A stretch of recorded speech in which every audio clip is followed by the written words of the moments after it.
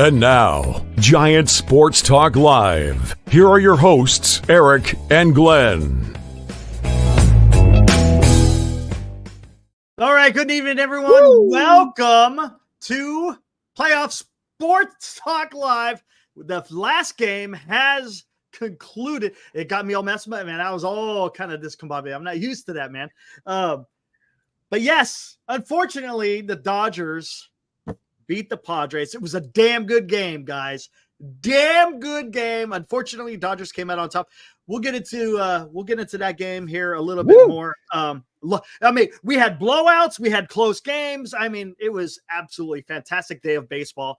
I mean, you playoff baseball. What else you got to say about that, man? Absolutely love it. We'll get into more details of the Padres and Dodgers here shortly. Glenn, we have a special guest all the way from New York. Here we go. Let's do it. And now, another special guest appearance on Giant Sports Talk Live.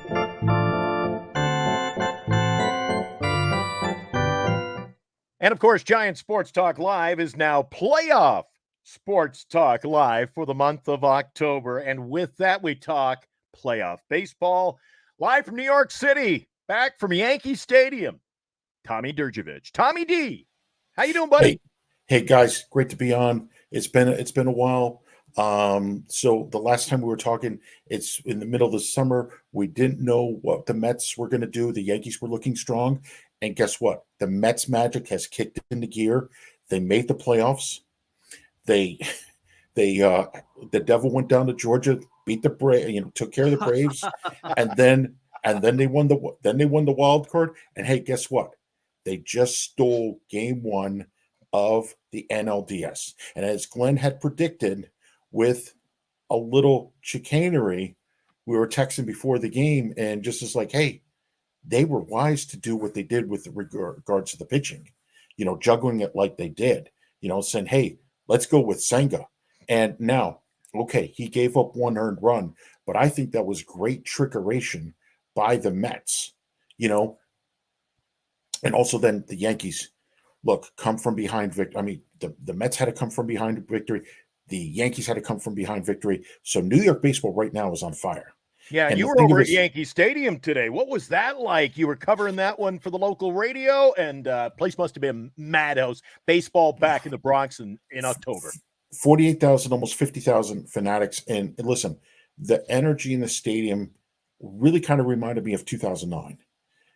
When we won the World Series, and that was a great time. So right now, this is the Yankees' opportunity. Let's look at a few things. The Astros are finally out, thank God.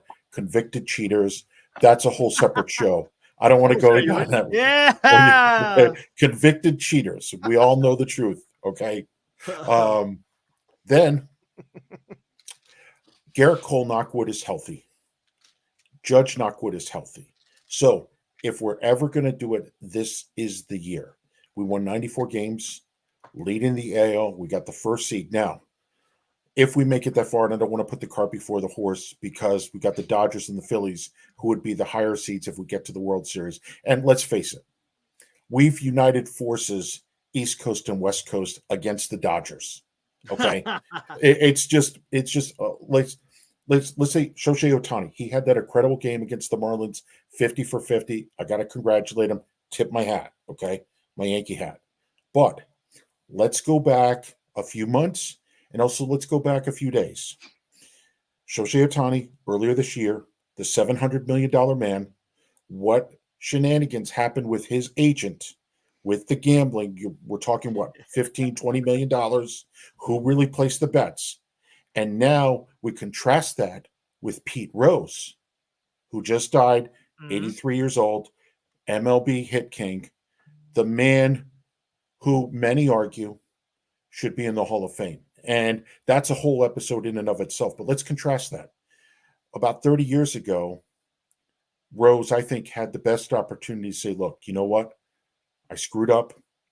I bet on baseball, and I was wrong. And North Americans, because Glenn, even though, thank you for wearing your USA cap, but you're North American in Canada. I think we would have forgiven him, and he'd long be in the Hall of Fame. And I'm from the Cooperstown area. So I know it very well. And he does a situation. One of the things I regret is actually not. I idolized him growing up. I slid like him in the home plate and everything else. I was never had his talent, baseball talent. But one of the things I regret now that he passed on a few days ago was to be able to go up to him. I should have done it this past summer when he was autographing in Cooperstown and say to him, you know what, Mr. Rose, what do you think now about your situation and Shohei Ohtani and the accusations and the reports about, all the money that he gambling? And it's not only about him. Let's look at legalized gambling in all of sports. Yeah. Baseball, Good point. basketball, hockey. There's the cruel irony. Our mutual friend, Lenny Wheeland up in Toronto, he posted a picture of a hockey player, and on the side of his helmet, it has like a betting logo. So wait a minute, you're suspending a guy for that, And then in the NBA, they ban a guy for betting. So it's like, wait a minute, let's get this straight. Let's get this right. I don't think baseball players should bet on themselves. It happens in golf and in other sports, but I don't think baseball players should. Let's stand up to that. But there's so much freaking money in it. I don't want to take away from tonight because I think we just had an incredible day of baseball. Maybe we could come back and discuss it in more detail. But New York is on fire. Both Mets and Yankees have won tonight. We are 2 steps closer to a Subway Series. And that would be the closure for me. We had it in 2000. The town was on fire. Let the Dogs Out was a big song. And if we go back to that time, if the Yankees and Mets make the World Series, we could just let the dogs out again. Man, Tom, somebody posted earlier in one of this is what, our 4th or 5th? I've lost track. We did post-game shows after every one of the playoff games today. We did a preview early in the morning. So it's been a long day for Eric and I, plus watching every pitch of the game. So yes, I've been going since, and we did a radio show together this morning at 8 a.m. I'm not complaining because I love watching. It's a great baseball, day. Especially well, somebody brought up briefly in the chat earlier this afternoon. New York Mets early this season lose 19 of 28 games. So the question is, when, where, why, how? All of those media statements. Where was the turnaround? The turnaround was right in around June. And then when we spoke in August, the Mets had just gone on this ridiculous streak, winning about like 34 out of 41 games. I'd have to double check that, but they just went on this tear and got in. And see, that's one of the great things about baseball now is they've expanded the wild card format to where you could get a team coming in as the 5th seed. They win, beat the 4th seed. And then now, guess what? They're on to the NLDS. They beat the Phillies, and anything can happen. And that's what I love about it because it keeps more teams in. It keeps them engaged. And, hey, let's even look at the Royals. They lost over 100 games last year. And guess what? They're in the playoffs. So it's a great time for baseball right now. And there's so many storylines. I was rooting for the Dodgers tonight because, listen, I remember 1981 when the Dodgers beat us. We were up 2-0. And Willie Randolph, who I love and I've met, and, so it's all good. Base running error against the Dodgers. And that wasn't the only reason we lost, but those were great Dodger teams. So it's just like, I got to tip my cap to them. I don't like to. I wish Shohei Ohtani, signed with another team, preferably the Yankees. But I know also Toronto was in the running. Lenny wanted him big up in Toronto. I know you guys with the Giants would have loved to have signed him. Everybody would have. The $700 million man. That's just ridiculous. I happened to be in Yankee Stadium on opening day when Matsui hit a grand slam home run. I was in the right field bleachers. We were talking about unpredictable weather at Yankee Stadium. It snowed out the day before that protected day. And I actually was in the office. Several of my colleagues had called out for different reasons, sick or whatever. But so I wasn't able to go on Monday, but they postponed the game because of the snow. So Matsui hits this home run and it's coming towards me. It's coming toward me. I said, wait a minute, should I go jump or should I stay back? Now, at the old Yankee Stadium, if you jumped in that particular area. That was like it where the bleachers went down, and then they would come in, and people could walk up and stuff like that. So I would have had to jump over and down to get his bait, and I would have gotten hurt, possibly broken my neck or back or something like that. So it wasn't worth it. However, after the game, there was a Japanese TV crew outside the stadium. So I got to talk to them for a little bit, talking about the game and Grand Slam. And then I had pictures. I got to share pictures with the Matsui fans and Godzilla and everything like that. Number 55 was great for us. And he's a living legend. Unfortunately, not in the Hall of Fame, but he's always going to be my hearts for what he did in the 2009 series and what he did in New York. And he's taken Japanese baseball to the next level, where guys like Ohtani now are name brand all over the world, $700 million man. So, it's just, baseball unites us around the world. You got great talent coming out of Japan. You got great talent coming out of Korea. You got kids in Australia. So Mike Piazza, former Met, he's managing the Italian national team. He's trying to develop guys there. There's folks coming out of, there's just all over the world. Yeah. And, Dominican Republic, that's where Glenn and I met. God, 7 years ago at the Sand. So it's just like so many different things. So much great talent has come out of there. Plus you have, Fernando Valenzuela, unfortunately a Dodger, but a great pitcher. And then you have all these different guys coming out of Mexico and Puerto Rico, technically part of the U.S., but it's just so many great players. And now baseball's starting to gain that traction where, okay, it's not as globally as, let's say, soccer or tennis, but it's really on its way, and other sports are taking notice, and that's great. That's great for us as baseball fans. Imagine, Eric, Tommy D and I meeting in the most unlikeliest of places, the Dominican Republic, in November of 2018, I believe it was. 2017. It was the original Sands. The original Sands. Right. The original Sands. So I walked up to Tommy. I don't even know. I said, hey. I don't even know what was what we ended up. We talked baseball for over 2 hours. Right. It's like, no, I'll come back and pick you guys up later. And we talked about I'm wearing my WFAN shirt today. We talked WFAN radio. We talked about New York sports. Then we branched off. We could have talked all night, couldn't we? Well, we were there 2 hours and literally they broke down the stage. By the way. They broke down the stage, okay?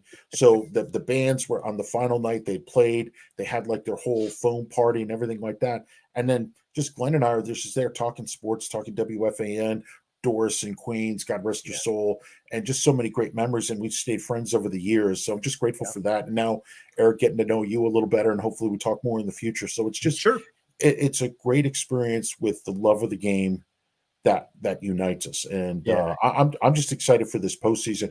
I want the Dodgers to lose. I'm rooting for the Padres. I almost relocated to San Diego years ago. That's a whole separate story. But I've been there a couple times, 1996 and 2018. Love the place.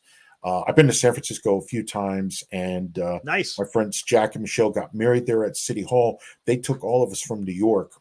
It was a destination wedding, so they got married at San Francisco City Hall back in 2016. And so one of their gifts to us was they rented like one of those old like trolley cars, which was converted into a bus. And then they just took us all over San Francisco. So I'd been to San Francisco back in 94 and then in 2011. And just, I get to see this change, how the city's changed. It's a beautiful city, awesome. So Eric, you got anything you want to ask Tom? Well, we got him on the air tonight. I tell you what, a rare treat indeed. I tell you what, I don't want to have to say this. Is Aaron Judge got the case of Kershaw'itis? And you know where I'm going with this, right? You know where I'm going with this. I know. Does Judge have a case of Kershaw'itis? Okay, let's unpack this. Because I could get emotional here. Early in the game, he had a great catch, which saved a double or triple. So that was key. True. Now, with regards to the Kershaw'itis, okay, 0 for 4, had a walk, 3 strikeouts. Too soon to tell. Look, this guy is the reason we got here. All his home runs. So I'm not going to go Kershaw yet. And I don't want to go there. emotionally, Right. because then got to contact my therapist. It's 12:41 a.m. It's You know all after about midnight. I don't know what rate they're going to charge me. So let's Eric, let's table that and let's revisit that. But But it's hey, because this came over from last year as well. He's not really a playoff guy. That's what Not makes yet. me wonder. well, here's the thing. Not yet, Glenn. I think you said it right. Not yet. And can he break through and give us that? I'll give you an example. I was going to physical therapy in 2007, and the cab job. I used to work over on the west side. My physical therapy was on the east side, and I get out of the cab. I start walking up Fifth Avenue, 65th, 67th Street, 65th, 66th Street, and I see this guy. I said, "Wait a minute, I know that guy." And you know who it was? A-Rod, Alex Rodriguez, just walking down, had an off day just before the playoffs start. That Monday, they finished the season on Sunday, had the off day on Monday, playoffs start on Tuesday. Back then, different format. And so that was October 2007. And I was just like, hey, listen. And, I didn't have the cell phone camera that I have today. But I had my own little camera. And the gentleman who was his business manager at the time, maybe his brother-in-law as well, because he was there with his wife and I think her sister or her friend. And A-Rod took a picture with me. He couldn't have been nicer. And then this one young woman comes up behind me and says, in her clogs, in her heels, says, hey, can you take my picture with A-Rod? And I did. And I sent it to her. And so he couldn't have been nicer to us. And he was looking at new properties, new places to live. And that was 07 was kind of a breakout year for him in the sense that he had that Kershaw-itis. And had it not been for A-Rod, they wouldn't have made it as far as they did. And then in 2009, he finally got over the hump. Yankees win the World Series. Yankees get into the promised land. And honestly, we should have won in 2001, but that's a whole, emotional story with September 11th and everything like that. I got my remembrance hat on. So a lot of it comes up together. But I hope Judge breaks through. I think he's a good young man. No, I haven't seen anything as far as any like legal or domestic or other issues as you see in other sports. So even if I wasn't a Yankee fan, I'd still be rooting for the guy, Fair enough. And listen, with Ohtani, I don't really know the guy. But this whole thing is kind of suspicious and smelly for me, but baseball had to cover that up. And to get back to Pete Rose had an opportunity to tell the truth, but he didn't do it until it was too late. And with Ohtani, there's just so much money at stake. Now, did his interpreter / business guy mismanage money? Well, from the looks of it, he did. Did Ohtani know? I don't know. And that's what's kind of, and the thing of it is, we may never know. So this may be like a whole, JFK Watergate type situation where we don't find out the truth for years. I think this will be revisited because the day this all went down, and we're changing topic here, but the day that went down, Tom, you have a keen interest in this, but the day that went down, I think Ippy was interviewed. That was kibosh, the ESPN interview. Exactly. MLB shut that down. And all of a sudden, within about 6 hours, there was a complete change of story. Exactly. And that's the thing that just, and listen, it's not only in baseball. Let's look at tennis briefly. Yannick Sinner, okay, early, the current number one, but he was on his way to number one. He won the Australian Open. However, he failed 2 PED tests in 8 days earlier this year, right around Indian Wells, which is in California, east of Los Angeles. So any other player, there's another Italian player, Stefano Battaglio, okay, for that same offense, for one time PED, he was suspended for 4 years, okay. So what happened in Sinner's case? They appealed it with the ITIA attorney who used to work for the ITIA, got the suspension overturned in 24 hours, kind of what Glenn was talking about with Ohtani, and the story got buried. We didn't find out about about the positive tests until August 20th, right before the U.S. Open. And so, wait a minute, why didn't this guy play in the Olympics, like Alcaraz from Spain, like Djokovic from Serbia, and all these, Felix Auger-Aliassime from Canada?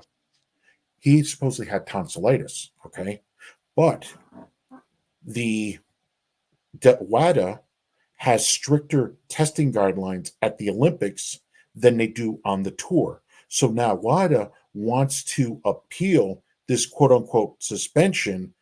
Really, he should have been suspended.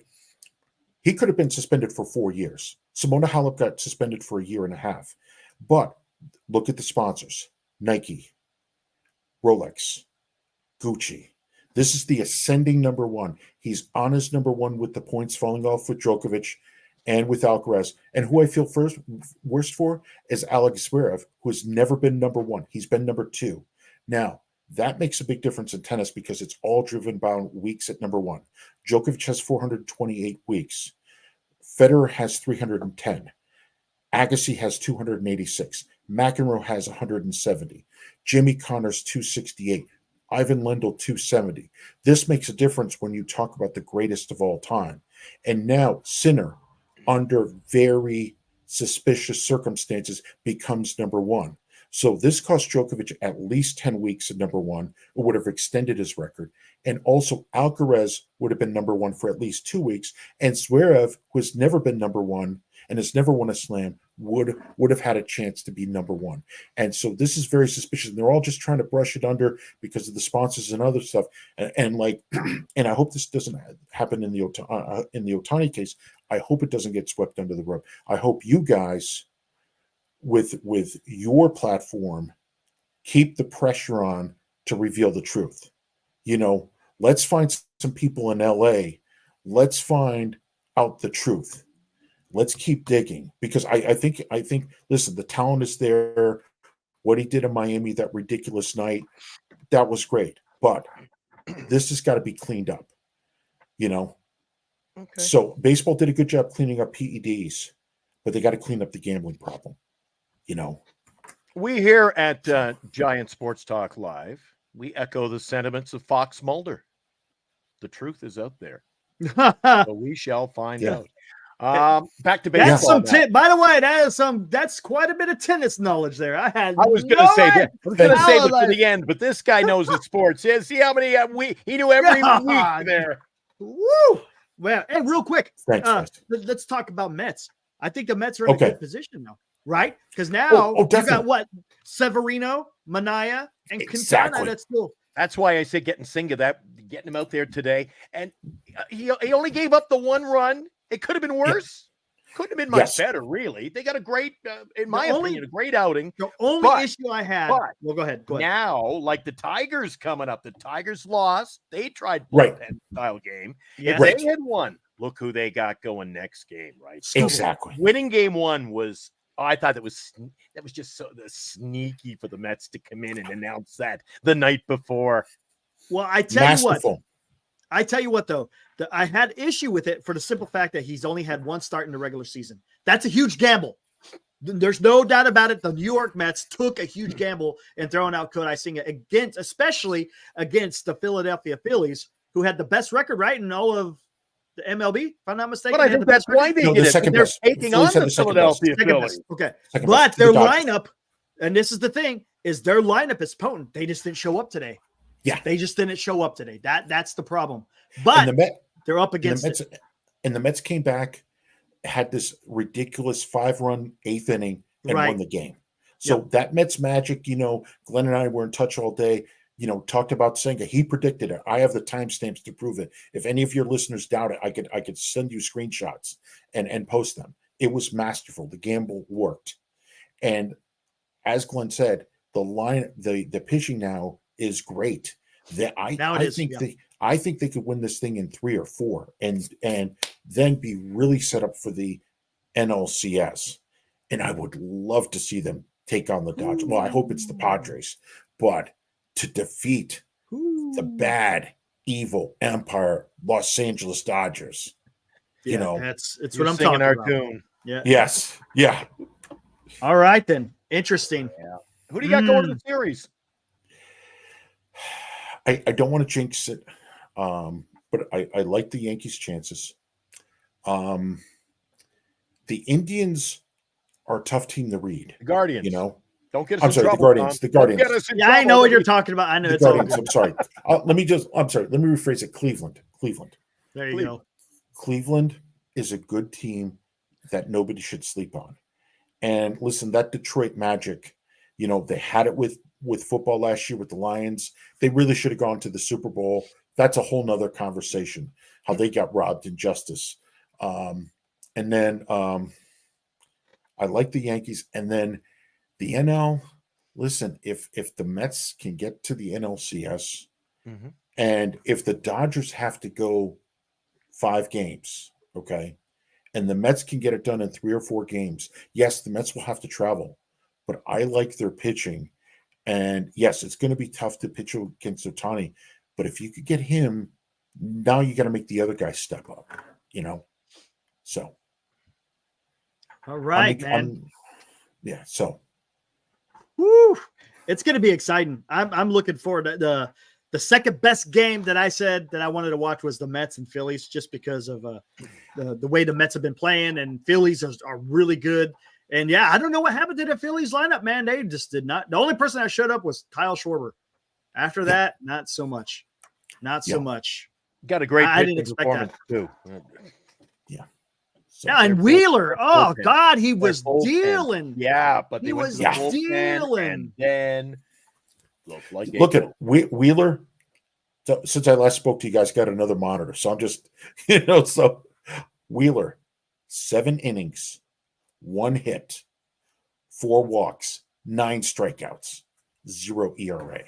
Yep. And then Hoffman comes in, gets the loss. I mean, He 2 hits, 3 runs, 3 earned runs, 1 walk. And then Strom, he blew it. that's where the game was lost. Yeah. 8th inning. So Unbelievable. They say defense and pitching. They didn't get the pitching. exactly. And timely hitting. And that's why I like the Mets. And there's some talk about Alonso being this last game. That's the talk in New York. WFAN and other outlets is, hey, what's going to happen to Alonso? Did he play his last game as the Mets? And look, the Mets are owned by a billionaire. They need to put down a piece of paper. And I'm not going to show you my doc myself. So they need to put down a piece of paper and say, fill in the blank. How much do you want? Steve Cohen is a legitimate billionaire worth about $10 billion. And the great thing about him is he's a Mets fan. He's a real Mets fan. So he's living the dream, and good for him. He's put the money and resources into the Mets, and now he's just got to say, put in your number. How many millions do you want? Just fill in the number. Will he get 700 million like Ohtani? Probably not, because of the international broadcasting rights. But I could see him getting $500 million. Hey, while we got Tom on tonight, let's talk about Juan Soto. There's talk that among Giants faithful, I'll let Eric go on his soapbox, have his moment in a second. But there's talk the Blue Jays have big the Rogers Corporation on the cell business and the TV business. They have it all. They have it all. Media empire in Canada, including cellular service. So they're billionaires upon billionaires. Then you've got guys like Cohen. Maybe they could sneak in and get him to come cross town. But what are the chances that you see Juan Soto suiting up for another organization next year? Do you think it can happen? Oh, Who yeah. do you think it will be? And Eric, he just talked about filling in the blank. Tell him what you've been preaching for the last month. Oh man, I think the Giants are in an opportunity right here. They got a crap load of money that they can spend. Yeah, they may exceed the CBT, but who cares? Look who you got in your division. If you want to win the division, you're going to have to beat the Dodgers. All roads lead to LA, right? Exactly. Right now. But guess what? The Giants aren't cash poor. They're the 5th richest team in the major leagues. So go out there and do it. I mean, if you think about it, because I don't know, maybe you have a better understanding of what Soto may want as far as not necessarily money. I mean, that might be part of it. But what is it? Does he want to get paid? Yes. Does he want to be the guy? This is something I've been harping on for a long time. Yes. If he wants to be the guy, he ain't going to be the guy in New York. Aaron Judge, right, is the guy in New York. Would you say that would be – is that true? Yes. Aaron Judge is the guy in New York. Oh, 100%. 100%. Right? if he he's goes, he's not only the guy, he's the captain. He's the captain. yeah, Aaron Judge. correct. So you don't go higher than the captain in New York. Right. know? So that's what I was thinking. The Giants could capitalize, saying you could be the guy in Northern California, and of course we could pay you a whole bunch of money. Before we get Tom, and also, I mean, Eric's been talking about renaming the neighborhood Juan Soto Park. Yeah, he's like, tear down the glove and the Coke bottle, build the statue today. But Yes. Eric says, all these teams bring in a player and they wine him and dine him for 24 hours. Yeah. Here we go. They bring him for a tour of the state and they put his picture up on the outfield wearing the Giants out. Eric, break the news. What you would do. This is what I would do. And also, I got another great scenario for you, Tommy. You'll love this. Okay. Every time a player goes to a park, what does the park do? They put their name on the scoreboard, right? This is what you're going to look like. You know what? Who gives a shit? They've seen their face on the damn board their entire career. They could care less about what they look like on the scoreboard. I said you put a damn helicopter, the best helicopter you can find, have it out there in center field. You walk them out to that helicopter. You fly them all around Northern California and said, Juan Soto, this is your kingdom. All you have to do is come to San Francisco. You will be, quote unquote, the guy. Fly him across the Golden Gate Bridge. Fly him out to Yosemite, whatever it may be. Fly him around the damn ocean. Pebble Beach. Juan Take Soto, away at the Pebble. Juan Soto, this is your land. And I say you just go and do it. And he's generational too, Tom. Yes. Exactly. You sign him now, you got him. And here's another thing. The Giants right now have a lot of young players. Elliot Ramos, mid-20s. Fitzgerald, mid-20s. Jung-Hoo Lee, mid-20s. They got a new, I don't know if you know about the young phenom coming up through our minors, Bryce Eldridge. He's only 19. Juan Soto next year is going to be 26. They're all about the same age. So you got a young core. And then, of course, you already signed Chapman long-term. You go get one more bat along with Soto and a pitcher. And, man, you're competing now. And the scenario I keep saying is, you put the scenario. Here you go. You could either be at Chavez Ravine or you could be at Oracle Park. And the scenario I said, you got Ohtani on the mound for the Dodgers. He throws a high inside pitch, dusts Juan Soto off the plate. Right? This is if he's a Giant. Juan Soto, you know what Juan Soto does. He'll stare back, do his little Soto shuffle, comes back into the box. Yep. Juan Soto or Ohtani pitches again, and the ball either goes into McCovey Cove or right field bleachers at Chavez Ravine. I mean, that as far as the rivalry, because you got the Boston and New York rivalry, the San Francisco LA rivalry is huge, just as huge. It's just as good. And that's, I mean, come on. I could see it. That there is a pathway. It's a matter of whether or not he wants to come out west and if he wants to be the guy. And they have to do it, Tom, because not only do we have that rivalry is being eroded by the shores of time. All of a sudden, there's a San Diego Padre club right now. Even Arizona. Even Arizona. They're creeping. They're infringing on this rivalry, in my opinion. I don't want to end up as who's our rival? Oh, yeah, we got who's left? Oh, Colorado. All right, that can't happen. Yeah, absolutely. That can't happen. So our question I revisit with you is, does he remain with the New York Yankees? Can you see him going to another organization? Yes. Possibly. Yes. The West Coast. Yes. Okay. Let me answer. Okay. First of all, it depends. If the Yankees win this year, then he can say to himself, look, I got my ring. I'm set. So he's already run, and he already has a ring. He already has a ring. National. Okay, got one in the National, but how many guys got a ring in the National and the American League? Sure. Not many guys. Good point. Not many guys. Mm-hmm. And then, Eric, that gets to your point about being the man. And in New York, he's never going to be the man. No. But your idea is brilliant. You should get in touch with the Giants. I hope they're listening to the show.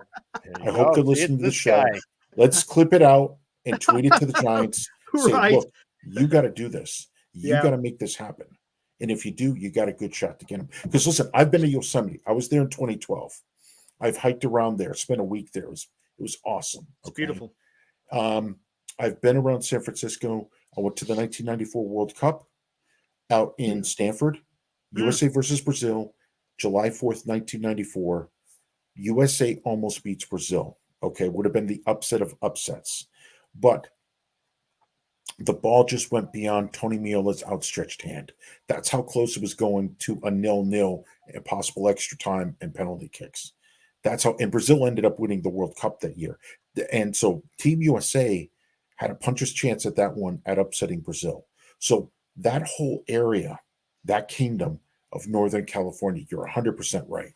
Right. You know, you do that, plus you say, hey, what do you want? 500 million, 600 million, whatever you want. Right. Whatever you want.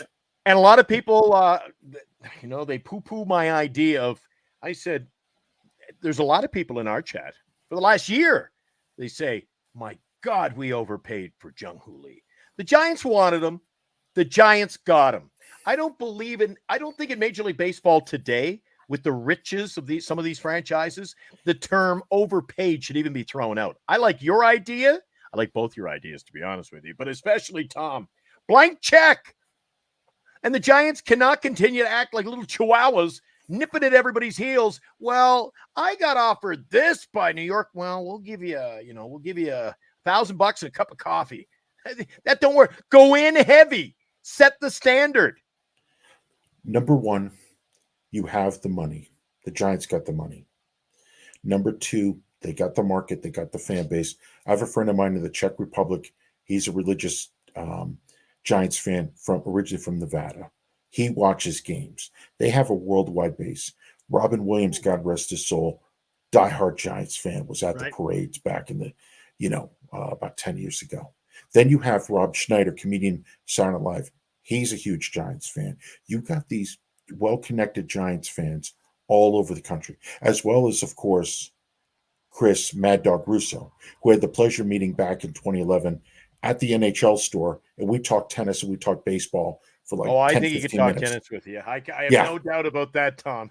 Yeah, we had a great conversation. So we covered a lot of topics, and I wish I had, this is pre-podcasting and stuff like that, but just It was a great talk with the guy.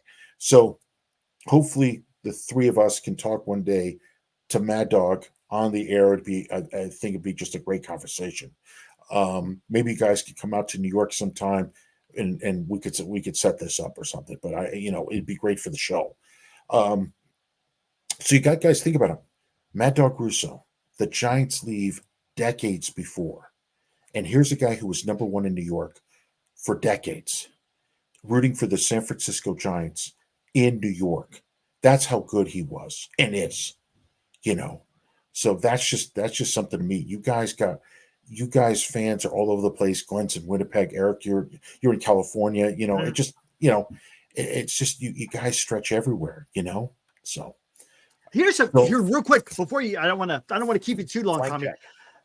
Something I'd like to ask you. Maybe maybe you don't. Within the New York Yankees organization, Brian Sabean had left the Giants, came to the Yankees because he started. I think, if I'm not mistaken, he started his career as a scout with the Yankees. What I know, he's there as an advisory role, but what exactly is he just doing? More scouting? What exactly has Brian Sabean been doing for the New York Yankees? If you know. I don't know. I have to answer that question for you. I have to do a little research and dig. I think it's kind of like this murky situation. So let me do some more research and get back. But you haven't heard nothing. There's nothing. No. I haven't heard anything, and that's where we kind of have like this media silence situation. And whenever things go like dark like that, that's when I get suspicious. That's to say, hey, wait a minute. Yeah, I haven't heard anything about this guy. So you asked a great question. It's a great question. Another thing that you bring to the table talking to us, and firsthand the media business in New York City and surrounding boroughs and suburbs and the state, for that matter. Yeah. There is so many people who talk, and Eric and I know this firsthand. The media, they tippy-toe around things in San Francisco. Farhan Zaidi's on the local radio station, and they ask, they're serving them up softballs. Whole different story over on the East Coast, isn't it, Tom? Absolutely. I think what happens is in New York, it's such, competitive dog-eat-dog market, unfortunately. But I think there's a place for you have We have reasonable discussion here, but we dig into the points. And in New York, it's sometimes a little bit overreaction, but they're going to go for the jugular because they have to. They have to. Everybody's expected to win. Wall Street, you're expected to win. Because listen, what if your company, JP Morgan Chase, doesn't do well, you miss your earnings estimates. Wall Street's going to kill you. They're going to sell you off. Or it could be a big tech company out in Silicon Valley. God forbid Google misses the number, or Apple, or Facebook, or whoever. Okay, in New York, it's amplified by 1,000. So that's just a little perspective. And Steve Cohen, he knows that better than anybody. He's a guy who survived those Wall Street battles, built a hedge fund empire. Just a normal guy like us became a billionaire. 10, 11 or so $billion dollars, publicly known, but it's probably more than that. One of the richest people in the country, and that's what we got here in New York. And Eric, you know what else they got over in New York? You know what else they got, Eric? I can just, every time we have Tom on, he keeps exuding the fact that they have an owner with money and he's a fan of the franchise. Helps. That helps. Absolutely. Another guy very similar to Cohen is Middleton with the Phillies. Yes. He's another guy. He's a huge fan of the Philadelphia Phillies. Yeah. It's nice to see. It's nice to see. It is. I personally would prefer like a fan-owned team like in Green Bay and the Packers, but they would never allow that. Green Bay just happens to have that grandfathered in. But the second best scenario is where you have like a Cohen in New York or the Middleton in Philadelphia. That's the second best scenario. They're fans. They got the money. They're going to spend the money. Yes. So, and that's what we want as fans. We want the best. And if you think about it, you spend the money, but if you put together a winning organization, you double that money, maybe triple that money. Who knows? You make more money. Yeah, a lot goes out, but a lot more could come in as long as you're doing what you're supposed to be doing and wanting to win. Look at how much the Dodgers are going to make off Ohtani in Asia. And those games are prime time. Okay. Those are, it's just ridiculous the kind of money that they're going to be making, from Japan and other parts of Asia. And just in general, the guy is a household name all over the world. Oh, he's the face of the baseball. Yeah, exactly. I wish it was Judge, but it's Ohtani. Got to give him credit. It is 100%. Yeah. I just think that a generational talent like this, we have a laundry list of players that haven't signed here. And if you miss out on this one, this could be the golden boy right here. I'm telling you. Could be. Eric, and Eric's all in. Yeah. I'm all in. Listen, the Giants had a chance with Judge because he's from California, if memory serves. Yes. They had a chance with him coming home in the prime of his career, but the Yankees did one thing that the Giants and other teams can't do. Made him captain. Derek Jeter. Thurman Munson, God rest his soul, my captain. Okay, August 2nd, 1979, one of the worst days of my life when he died in a plane crash that he piloted. You go back to all the great Yankee captains. And the Yankees, yes, they gave him the money, but they also, more importantly, gave him the captain. And you're the king in New York. You're going to Monument Park. You're coming to my territory to Cooperstown. If everything goes well, he's going to be coming to Cooperstown in 15 years. He's getting that plaque in the Hall of Fame as the Yankee, enjoying all the other great guys. I keep telling Eric that if they sign Soto, they can, in 1 year, with this magical SF logo, they can sell enough Soto merchandise to pay the contract. Exactly. They could. If they play their cards right, they could. If they played their cards right. Because there's a huge look in Northern California, there's a huge Latino population. You could tap into that, man. Just like what Ohtani does with the Japanese population, Soto could do that with the Latinos. Absolutely. And let's forget, there's also, sadly, on the other side of the bay, the Oakland leaving, you know, and that's even a bigger opportunity now. It is for San Francisco to grab that market. Yes, 100%. To own the bay. Yes. To own Northern California. Yeah. Yes. You got the A's. They're going to be way up in Sacramento playing in a small stadium. You can put your pitchfork right in the bay. So this is ours. Yeah. I just think like Eric's been preaching to the masses, if you will. He's been running around naked in the streets, throwing the parade. He's playing in the parade. Don't know about that, man.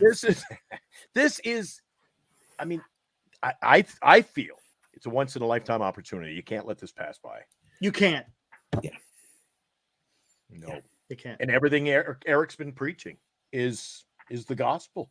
You give him the keys to the kingdom. Yeah. Do it. And he'll be the captain. And it'll be his stadium. Yeah. Exactly. And I just like the idea. Greg's I always like in the there. idea of him hitting over that McCovey Cove. It'll be a lot of splash hits. It's all good, Greg. Yeah. Man, the chat's burning up, man. The chat's burning up. Oh yeah, It's great. We got a great interactive guys in that chat, man. We have fun on a daily occurrence. Good times, man. Good times. Yeah. Listen, skaters on baseball. He thinks they're not getting Soto. So Correct. He just commented about 3 minutes ago. We'll see. We're not sure if he has a reason why yet, but he just says we're not getting him. He really wants Adames and Blake Snell.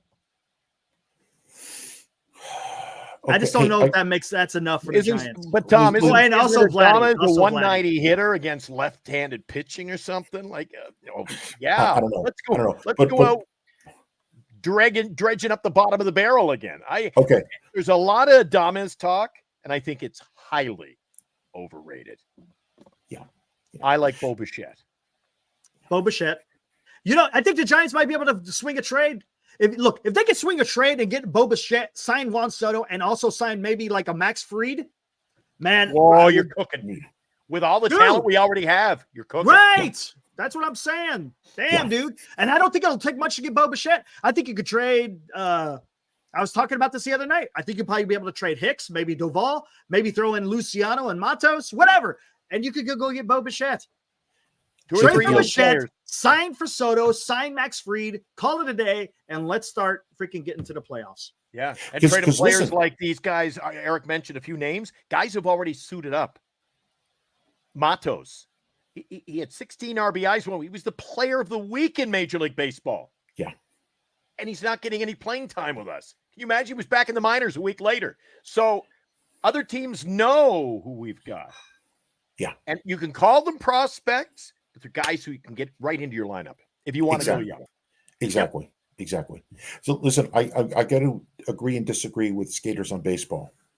Okay, fair enough. The judge used the Giants to get more money. Okay, that's fair.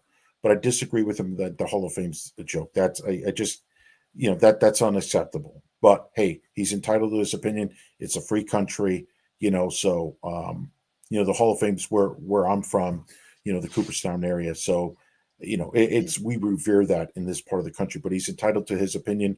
I do agree with him. Yes, judge used the Giants to get more money. That's fair. As far as comparing Soto to Ohtani, okay, Ohtani's got the bigger global name, but Soto is exactly what the Giants need. Yes. That's what they need. Plus the other players you guys talked about. You guys are back in business. You guys are winning. You should have won a few years ago. You did win over 100 games. You could get back to that level if you get all the pieces that you guys articulated. So yeah. And as you see in our chat, you're following along. We have a heated. So the funny thing is, skaters on baseball's an alias. Okay. He lives in our condo in San Francisco, about 4 floors below me. So I know who he is out there. And like he says tonight, now I continue to go tit for tat with him. He says Vladdy and Bichette over Soto. Now there's no debating Vladimir Guerrero. Great ball player. It picked it up in the second half of the season, hit for a decent average. You ain't getting him, man. No way. You're not getting him. If you pulled off a deal and you got Vladdy and Bichette, Vladdy and Bichette are never going to be the household names and are never going to be, not to steal the old What would it take to get Vladdy, pride Robert? of the Giants. It'd probably take Bryce Eldridge. Maybe. maybe, even though I just don't see it. I don't see the Blue Jays letting go of Vladdy. I don't either. I don't see it. I don't think so. They're going to build around him. I don't think so. Soto will be a name. And it goes back to what Eric says. But it's not even just the name. He's got the talent. We're not going to give you the kingdom. Mm-hmm. We're not going to give it to you. You arrive here, it's going to be yours on name alone. People are going to fall in love with this guy and the franchise, and it'll be rekindled. It'll be a love affair all over again. This is the issue I have. I'm tired of hearing has power. Don't get me wrong, power is great. But what the Giants need is you need a professional hitter. If he can hit home runs, that's great. But I want a professional hitter, a guy who's going to go out there and hit you 280, 290, maybe 300. And still has doubles, hit, exactly, still has the power, but has a damn average who will take a walk. I'm tired of 220 to 240 hitters, and all they do is hit the ball over the fence. Don't get me wrong, home runs are great. I get it. But I want to see, you're going to strike out more than you're putting the ball over the fence. He can play the outfield. He can DH. He can hit for average. He'll choke up on the bat. Who can hit? Right now, Ramos can hit. It looks like Eldridge might be able to hit. We don't know yet in the major league level. Fitzgerald has shown he can hit. Juan Soto can hit. Chapman, he's your typical 240 guy who's got power, right? But he's going to strike out a lot.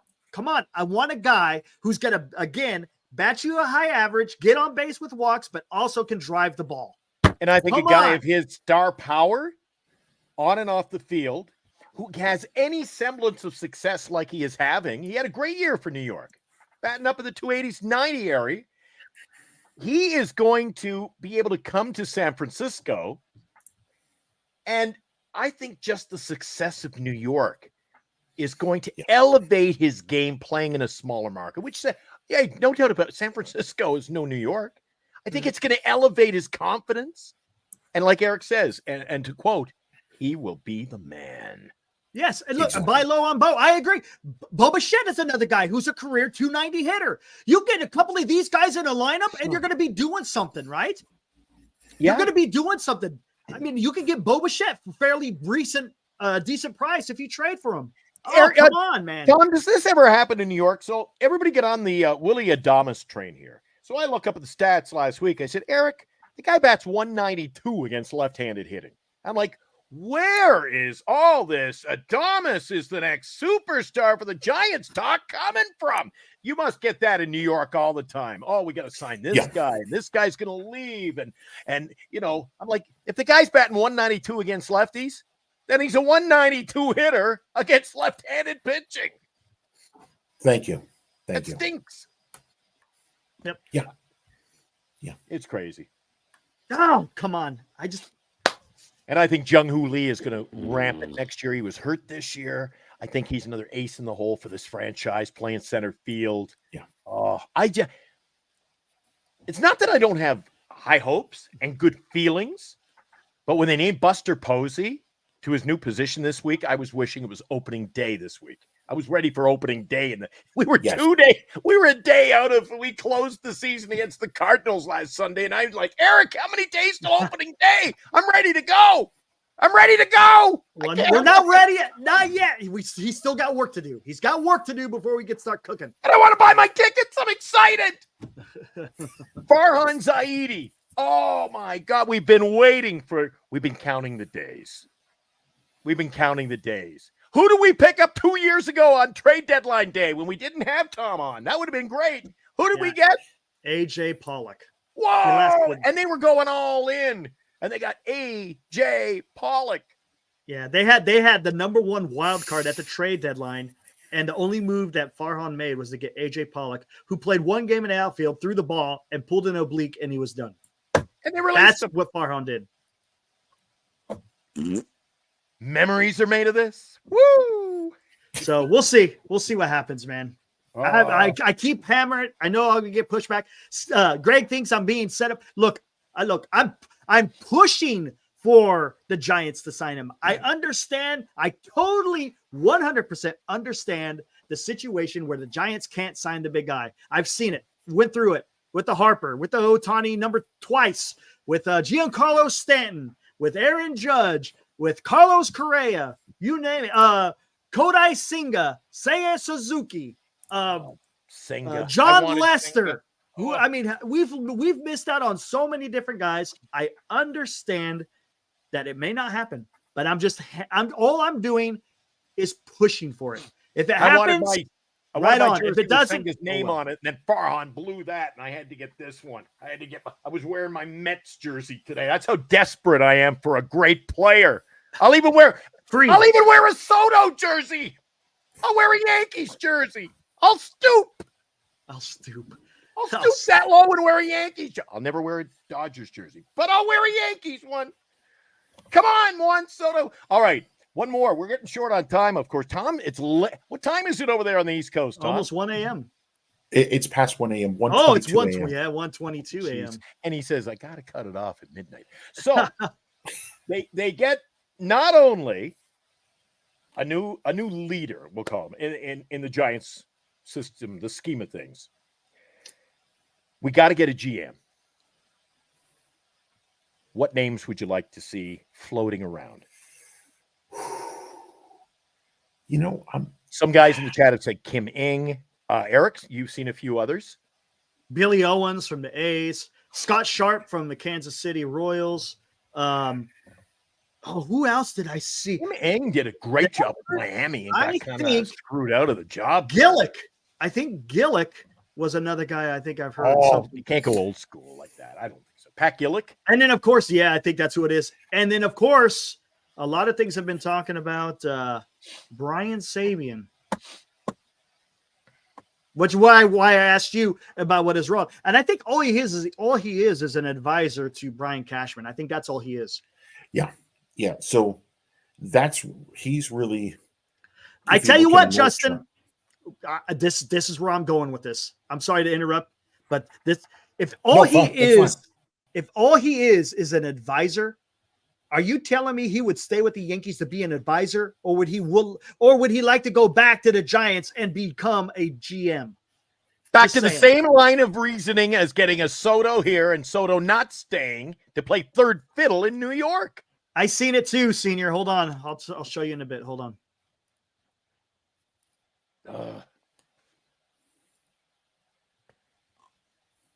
Don't know where it's getting from. It's never easy being a Giant fan. Never easy being a Giant fan. I hear you. Yeah, it's not showing me where it's from. Yeah. I think that's one of the reasons we met. I was wearing my Giants hat at the Sands in 2017, I believe. Yes. And I might have been wearing my Yankee hat. From New York. And I'm like, New York, you get to listen to WFAN, and I'm a big fan of the Fan. And you're like, yeah. And then you and I struck a friendship. You work in the media. I work in the media. I work in Timbuktu nowhere. You work in New York City. I'm so envious. Come on, man. Give me a job out there. Give me a job on the radio. Never mind. That doesn't mean nothing. Love the hat, by the way. Love that. Thanks, brother. Thanks, man. Listen, that's the thing about October. The temperatures start dropping. You got to go from your summer cap. You can have it during the day. You can wear your summer hat during the day, but at night, it drops down. So, yeah. Oh, it kind of sounds like the Bay Area. I'm pretty exactly with that. I'm out in a t-shirt today, but I go to the game and forget my hoodie. I am freezing. Yeah. Freezing. There's so many things that I say this, and then it takes us months to get him back on, Eric. But Tommy is well-educated. Yep. In the eastern region of sports, as you are well aware now, whether you like it. Man, he's all about the soccer, the tennis. He's all over it, man. I'd like to have Tommy on for a special off-season edition. Maybe, we get close to Christmas. We're looking for some filling material. Not to sell you short, Tom, but I would love you to come on and do a 9/11 show with us. What it was like, 9/11. What it was like, the landscape of sports. Yeah. 9/11. Sure. It's a big day in our American history. And you were front and center there. Yeah. I'd love to have a show all about that. And of matter of course, fact, I just did it. Well, yeah. Maybe related to baseball though. You know what I'm saying? Yeah. The New York Yankees. I mean, Yeah. you had to, right after 9/11, they brought out George Bush through the first pitch at the Yankee game. I was at that game. American flag. Were you at that game? I was at that game. Okay. See, I'm telling you, Eric, what a great guest. And in the bleachers, I was out in the right field bleachers, and with two of my college friends, Bob and Howard, and there was 50 at that time. The old stadium held more people, so I'm yelling, "Hip hip," and the rest of the stadium is shouting Jorge. I had this going for minutes. I was literally turning purple. And Bob and Howard are looking at me. He's like, dude, this guy's going to die. But I'm going to go out on my terms. It's a couple of months after September 11th. And 2 years before, I had interviewed for a job in the World Trade Center. I was going to be on 77 to 78. And the second plane hit on 80. And the guy I interviewed with, Jonathan, who didn't give me the job, he should have given me the job. Because I had a great interview. Bob was my best friend. He had jet fuel on his shirt. He escaped. But four people didn't make it out. I would have been number 5. I could have been number 5. And Bob, thankfully, he went to vote that morning in New York. It was primary day. And so he didn't get to World Trade Center until 9 o'clock. First plane hit 8:43. And anyway, we could cover that more at another time. And then the Yankees making the World Series, we're playing the Diamondbacks. We were so close. Game 7, Mariano, the best of all time. And it just wasn't meant to be. And when I was at the parade in 2009, I looked out from where I was in Lower Manhattan. And diagonally, you could look across and see where I was on Broadway. You look over to where the World Trade Center was.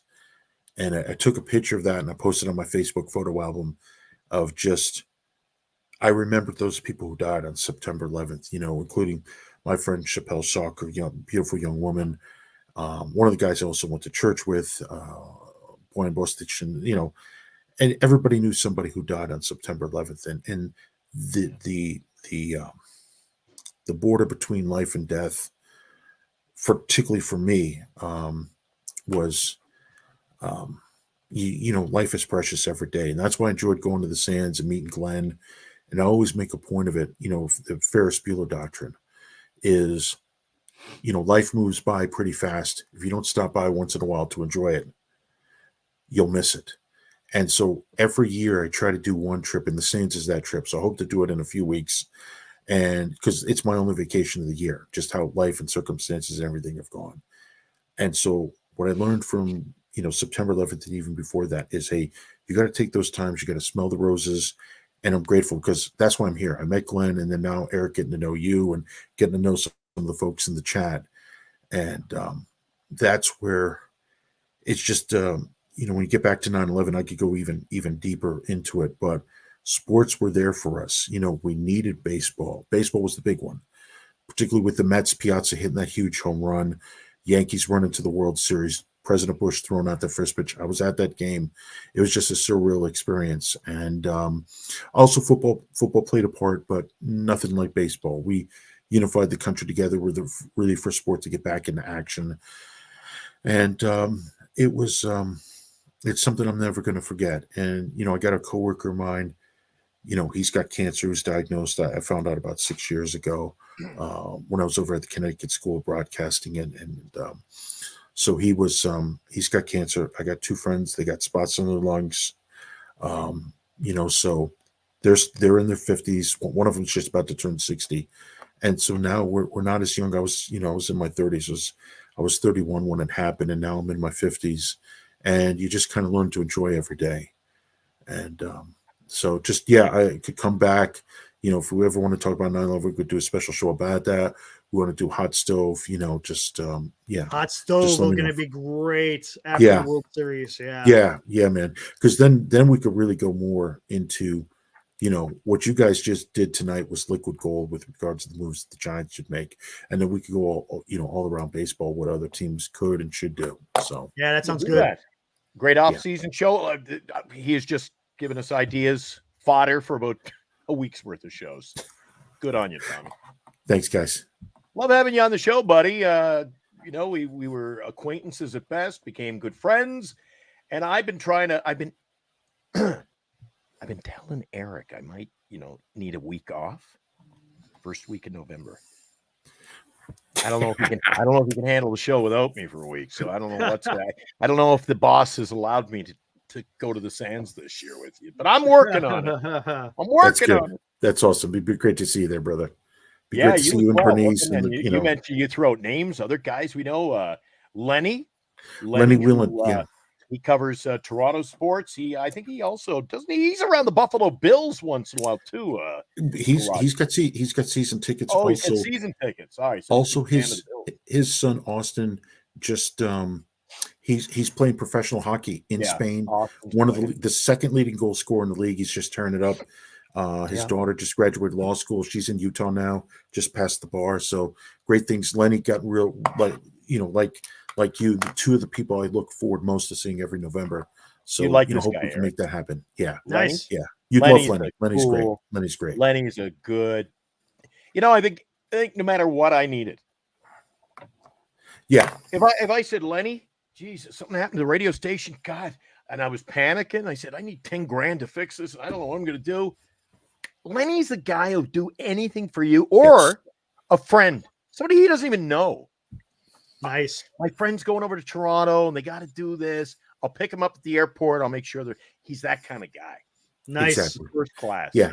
He's that kind of guy. Absolutely. He rents the gazebo down there. He rents out part of the resort for his family.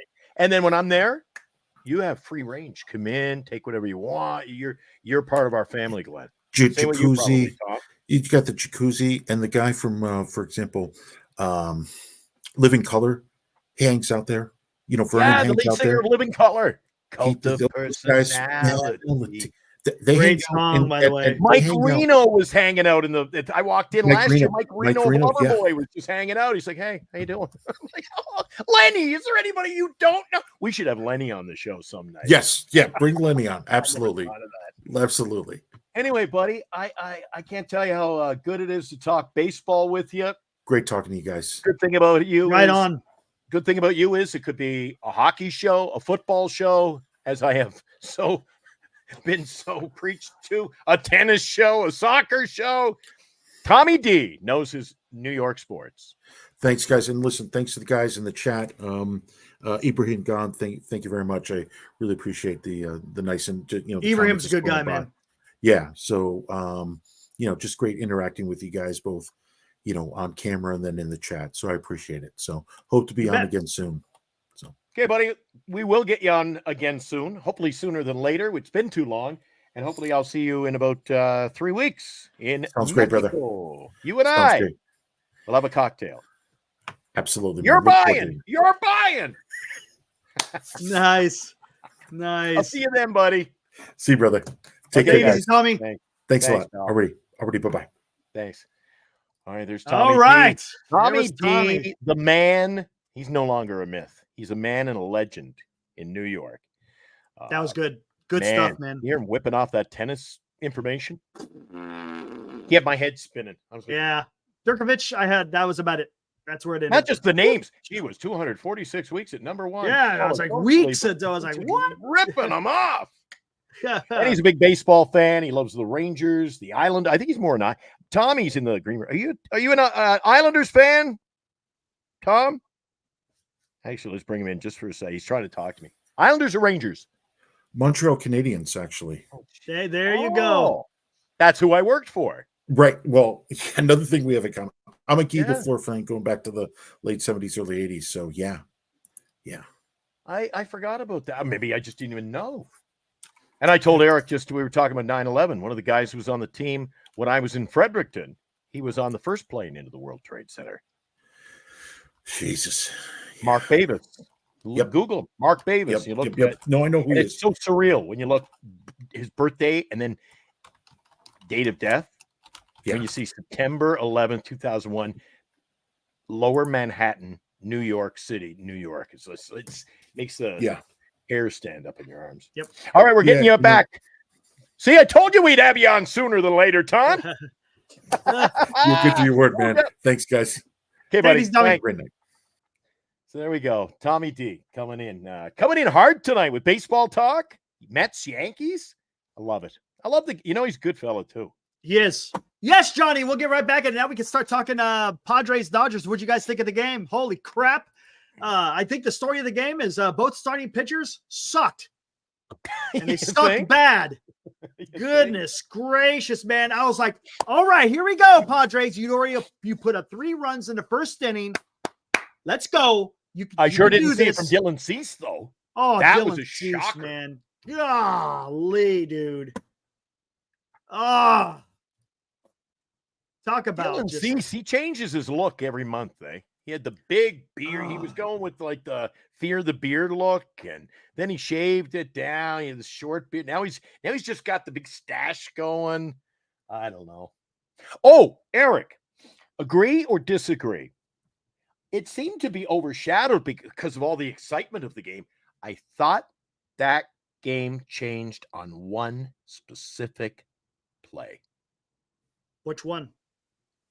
Schilt with 2 strikes on Betts walks him. I was like, what are you doing? Set up the inning. Yep. Can't do that, They man. had 2 strikes on him. So you nibble. You nibble and walk him. But we're not playing senior softball league here, Eric. Yeah. This is senior softball rules. 2 balls, 2 strikes. He held up 4. And I'm like, they're not intentionally walking the guy that's got 2 strikes on him. And then RBI single, base hit. It just the floodgates open. And I've seen that a lot over my years watching baseball too, Eric. You start trying to, everybody tries to reinvent the game. Yeah. The more you try to overmanage, you get outmanaged. Yep. And this is that magical time of the year when every team seems to make a bonehead play that the manager's got to be smarter. They got to pull a Farhan Zaidi and be smarter than everybody else. I thought that's what the Mets were doing. I thought that's what the Mets were doing. But they got away with it. The Dodger game, I thought that was not necessarily a play on the field, but that was the decision that affected the ball game. Putting a guy on with 2 strikes. Yeah. Solano. Yeah. Padres had opportunities, especially in that 9th inning. They had the bases loaded. Solano struck out. And Machado, that's the guy who's getting paid the big bucks, not Solano. Don't get me wrong. Solano needed to come through there. But Machado gets paid the big bucks. He needed to put the ball in play, and he struck out to end the game. Yep. Granted, he hit a 3-run home run in the first inning, but the Padres needed him in there. And then let's not forget, he also cost some additional runs by that damn errant throw to first base. Threw that ball over the guy's head, went into the dugout, and was able to take a base. And I think they scored 1 run off of that. They were able to get a double play, but they were able, or no, they didn't. I think both of those runs scored, if I'm not mistaken. So because of his throwing error, cost them the damn game, man. Gosh dang. And now here's another thing. Both the Padres and the Dodgers have blown up their bullpen in game 1. They both had to go to the bullpen really early. Yeah.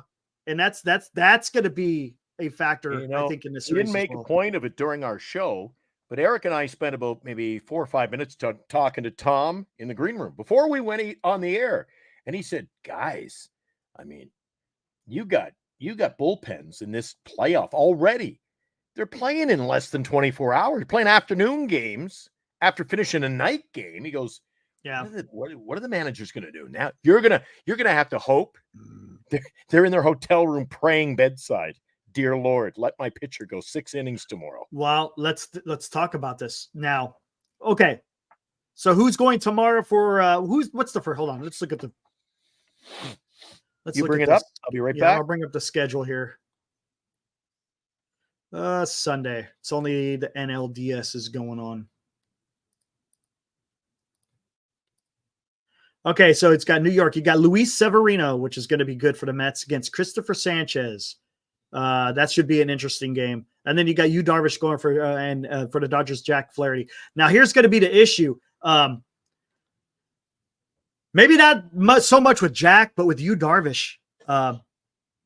How deep does Yu Darvish go? Remember, he just came off of, trying to name pitching tomorrow, Greg. Nope. He's cooked. But Yu Darvish, how deep do you think Yu Darvish goes tomorrow, man? And then that means the Padres gonna have to go to the bullpen early if he doesn't go deep. I mean, gosh, I hope he goes at least 5, right? And you are correct, Jesus. Machado, boy, he really expanded that zone. He has an issue with those sliders low and away. He has to go at least 6, you think? I don't know. We'll see. Remember, he's just coming off of injury. He just started getting back into the groove of things not that long ago. We'll see how deep he could go, man. It's not going to be easy, especially with that damn Dodgers lineup. Jack Flaherty, I think he might be doing okay for the Dodgers. I think the Padres needed to take that first game. They needed to take advantage of Yamamoto, and they did. But after that, their pitching just couldn't tame the LA lineup. And I think that's going to be the story. Can San Diego's rotation and bullpen limit the damage against that LA lineup? It's going to be tough. It's going to, it sucks because I want the damn Padres to win, man. But I don't like how that first game went. Yeah, sure. They stayed in it, which was nice. They stayed in the game. But I think it's going to be tough here on out. Yeah, exactly, Justin. I didn't like that. We'll see. Johnny, wow. That was incredible. And when you saw him running, didn't it look like he was wincing when he was running the second base to take it? I don't understand that. I don't know why he took off. You see the shots of Dave Roberts in the bullpen. He didn't look happy about that. He did not look happy because he could have easily tweaked that ankle again. Man, that was crazy. Oh, you think Padres win tomorrow, Greg? I hope so, dude. I hope so. Man, it's not going to be easy. It's not going to be easy, man. Gosh, dang it. I'm back. Sorry about that. I had a couple of phone calls that came in during the show. And then Tom bid us good night. He goes, you guys are video gold. He said, you and Eric should be co-GMs of the franchise. Oh, no. Look, no. He said he liked every, he goes, I like everything you guys brought to the table. Look, I'm just a fan, man. I'm not, I don't pretend to be in the know. I'm just having fun talking about what I think. That's all. That's all it is. Our speculations should become reality, Eric. All I can picture now is Magnum PI, that cool, majestic black chopper flying into the stadium. Could you imagine that? You painted a Picasso for me. It's you know what? How about you paint that helicopter black or orange and black? Even better. Put a little less, black helicopter. You know what those? Has anybody ever watched Magnum PI? They have that cool, sleek, fast. It's beautiful. It's no, you need to be. No, you need to have a big orange SF on it. Put his picture. Paint him right on the helicopter. There you go. Even better. Say, when Eric says, just say this is yours. Say you can have the helicopter too. Throw in the helicopter. It's yours. Throw in the helicopter. Well, and you can use it every time you come to the park. You could avoid traffic. Just get in your chopper, land at the Oracle Park. You're good to go. Eric. There's got to be FAA rules or something against that. But my God, what a concept. How about that? You know you're the king when you fly in on your private chopper and land and play ball and go home. You go, and everybody leaves the stadium going, there goes one. See you tomorrow. I tell you what, put some pontoons. It's funny, but it's true. Put some pontoons on that helicopter. Land it in McCovey Cove. He can step right off. You're good to go, man. Eric. I don't want to know what that means, but should I? What does that mean? What is our TC? What is TC? Is that bad? No, what is that? I have no idea. Hey, Giant sign Juan Soto. I'm waiting for that. You know, we waited for no. He said Jose Soto, as in. Oh, yeah. Okay, sorry. We waited for so long. Oh, TC. He was the pilot. He was the pilot. Oh, that's right. I wasn't a big fan of the show, but you are right. Yeah. Yeah. Yeah. That's beautiful. Oh, is it? Am I missing the hot weather? Bernice messaged me earlier. It's ridiculous. Goes, it's beautiful right now. She goes, you wouldn't be happy. I go, it's freaking October in Winnipeg. Hockey season starts Tuesday. It should be about 6 degrees. Today it was actually very windy, which brought the temperature down. Eric, it's like 28 degrees here. What the hell's going on? Yeah, I hit like 101 here today. What is going? And in the Bay Area, like it's usually, a nice 65 degrees. And Bernice is like, oh, geez, it was up like 90 degrees. That is, and we're in the fall. Crazy. It's football I know season. it's fall. It's football season. Yeah. It doesn't make any sense. sense. I fall over. I collapse. It doesn't make any sense. I'd be out for the count. Oh my gosh. Oh. What about skaters? Just curious. Is it hot in the building? Because we live in one of these, Eric. Don't get me no AC, right? We live in a building where I said, Bernice, I said, that's it. I'm getting an air conditioner. She goes, well, the laws of the building state we can't have one. I go, so who the hell said that? Well, and I don't know. It's some policy. Green. What do they call it? The green policy. You're not allowed to have an air conditioner. I'm like, they haven't met me yet. I'm going to attend one of their little meetings. Greg is saying so hot. Really? In the condo? Oh. Say hi to Manny for me. And whoever's working overnight tonight. Manny's the guy who gets all my eBay mail. Oh, all your so stuff. I'm well known. I walked down one day, Eric, and I had a Giants hat on. And there's, 1,000 people living in this building, a big complex I live in, the Atera building. And the mailman took one look at me. He goes, would you be Glenn? So as a matter of fact, I am. He goes, oh, yeah. He goes, I lug your mail every freaking day to this building. Yeah. Oh, here, you know what? 800 packages a month. Let's do this real quick. But I'm broke. The mailman's like, thought I died or something. Has he passed on?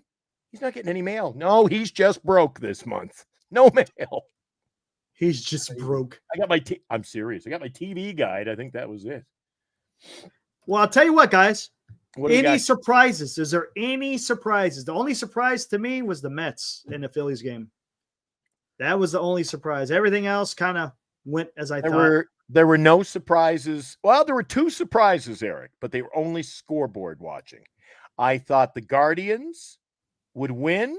I thought the Tigers would give them a little better run for their money. Yeah, they didn't. I said on our post-game show following that particular game today, we were on this afternoon. I said, Eric, it was 7.5 innings of boredom because there was no coming back. Down 5-0 all game. And I said, I couldn't wait for the next one to start. And the other one was the Yankees. I thought the Yankees would have an easier time. And the Royals either score more runs. Yeah, Kansas City kept it close. Yeah, that one would have been surprising. Yeah, I didn't expect the Guardians to put up a 7 spot and then blank them. The Mets, I was surprised that they won. And then, of course, like you said, the Yankees with the close game, and then the Dodgers. It doesn't surprise. I was rooting for the Padres, but it doesn't surprise me. And how about those, Eric? I'm in. I'm all in. I'm on the Senga train. Come on, he pitched 2 innings. He didn't do shit. He should have been a Giant. Thanks, Farhan. He didn't do shit today. Thanks, Farhan. Thanks, buddy. 2 innings. I needed somebody to rest my hopes on. I was all in on Senga. They had his picture up on our, again, put his picture up wearing the hat. He was on our center field scoreboard for a week. And they're like, the Giants are close to signing this guy. And then Farhan says, we couldn't sign him to a 5-year deal. And then the next day he signs with the Mets for 5 freaking years, the same exact contract. Yep. Why we have to be, I feel like I'm watching a movie like Zorro. We have to be sliced and diced by everybody in Major League Baseball. And we do it to ourselves, Eric. Yeah, I know. Oh, I hate using that routine over and over and over again, but the little chihuahua, that's who I feel like we are. We're the little chihuahua in the room up against a bunch of bulldogs. I want a pit bull. I want a pit bull, not a poodle. There you go. Hey, I'll be right back. Have fun with your pit bullness. I want a pit bull, not a poodle. Go out and sign these guys. My God. Oh, yeah. So the New York Mets, they sneaky slide Senga into the conversation yesterday. He starts. Not to say I wasn't a little nervous. Gives up a shot in the first. Leadoff man. Deep. And all of a sudden it's 1-0. But how about, they used to call them the Miracle Mets. And really, their season was a miracle. So pitiful early. Bounced back. Not just bounced back, but became a winning ball club with 89 wins. So technically, if they play well in the beginning of the year, they were a 100-win ball club. And they did just enough damage at the end to win. And that's what good teams do. They find a will to win in the postseason. Giants did it for 3 years. We loved it. I want to rekindle that magic. Yeah, Eric needs a stiff drink. I think he's warming up the coffee, guys. We're only at the 1 hour, 27-minute mark. This could be a marathon. You guys want Eric and I to stay? Oh, I'm not. You guys want Eric to stay on till the wee hours of the AM after this long baseball day. And don't forget, Eric and I were up early this morning. We did our radio show this morning at 8 a.m. So it's been a hell of a day for Eric and I between studios, doing the show here. We were on after every playoff game, and we watched the playoff games. I know you guys did as well. And I can't wait. Can't wait for tomorrow. Now I can't control this. Eric left me with the scoreboard. Nothing. Actually, I can go poop there and poop there. Eric will join us in a moment. He's heating up the coffee, which spells a lengthy show. He's going to get all in. What'd you guys think of the game today? Which was the game that was the game of the day?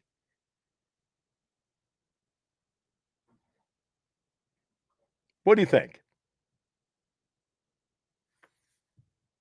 Padres Dodgers? Do you like that rivalry? And it was the last game. Is that the one you got? That was the game. Or was it the Mets with the big comeback?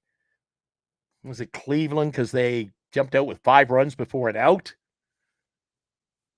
I say the Cleveland-Detroit was the bottom of the barrel game for me. Couldn't wait till it ended, to be honest. And that was in the second inning. Then you had the Yankees, Kansas City. Good game. I was getting tired by that point. Like the Mets-Phillies game. Like the atmosphere in Philadelphia. Their fans know how to bring it. They were all dressed in jerseys. And everybody had a logo on. You notice that? How they support their team? The rally towels were going. And then, of course, the night game. When you have 2 behemoths of the Western Division. Something we are no longer, guys. We are no longer behemoths. We're looking up. We should be able to look them in the eye. But we have to look up to find them. I don't want any more of that. I want to change. I want to win. It's been a rough go. All right. Eric, let me swing you. Woo, there you go. Hey, by the way, guys, here we are. Holy cow. An hour, 29 minutes into the show, and I forgot to remind you, if you are in the market for a new credit card, review and compare featured top credit cards from all of the partners who provide them. Find the best credit card for you and apply easily and securely online today. Visit bettercreditcards.com. You will find the credit card for you. Where? Bettercreditcards.com. That's bettercreditcards.com. Hey, Seuss, I agree with you. I think Cleveland has the best team right now overall. They got the pitching, they got the timely hitting, and they got a great defense. I like Cleveland. I really do. And that is your prototypical team that succeeds in the postseason. They got the prototypical. Pitching, eh? Yeah. They got the pitching. Bullpen, okay? That bullpen. Woo, man. You Like don't have to worry about it, man. You do not have to worry. If you got a lead, you are in good hands. Yeah. 100%. I kind of like what the Cleveland's doing. I think they. What's the best? What's his name? Clace. Clase. I can never say it right. Sorry. Sub one Clase. ERA, sub one. He's almost got a half an ERA. He's almost at that's what he finished with in the regular season. 0.67 ERA, dude. Yeah, I'll trade you my Class A for your Flaherty any day. Jeez, man. Was he the best closer in baseball? Yes. Thought so. Yeah. And then those other guys, Gaddis, Heron. Who was that other kid? There was another kid they brought in earlier. Oh my gosh, dude. They all come in and they all throw gas. If it's Dodgers, Mets will get rolled. Again, it's all going to be maybe. Yeah, maybe. The problem is it's that Dodger lineup. That's what's going to win it for them. It's not going to be pitching. It's going to be that Dodger lineup. Really? That's it. Because their lineup is so damn potent. I mean, seriously, 1 through. You look at that. Oh, by the way, when did Ohtani started leading off? Did they just do that for the series here? Wasn't he always batting second? Second? No, he is the leadoff hitter, Eric. He's their leadoff. Oh, Ohtani? During the season, he was batting second. It was always Betts leading off. No, leadoff hitter. He's their leadoff man. I could have sworn he was batting second in their lineup. No. During the season? I had him in my fantasy team until I sadly took a turn for the worse. He has been. Okay, fair enough. Okay, so it's Ohtani, Betts, Freeman. Freeman played injured tonight. No, Teoscar. He's going to be playing injured the rest of the way out. He's got a gimpy leg. And during the game, Eric, you know what came to mind? Stole second base. The base was loaded, and I thought, my God, when was the last time you saw an LA Dodger postseason with a gimpy leg go deep? Yeah. Kirk Gibson. Yeah, well, he would know. He willed it out with one arm. Freeman isn't necessarily gimped. I've ever seen. Now, Kirk Gibson was gimped. All Freeman has was a rolled ankle. I mean, it's a little bit different. Still, don't get me wrong, still hurt. But, I mean, that lineup it's potent. 1 through 6, man. 1 through 6. Forget about it.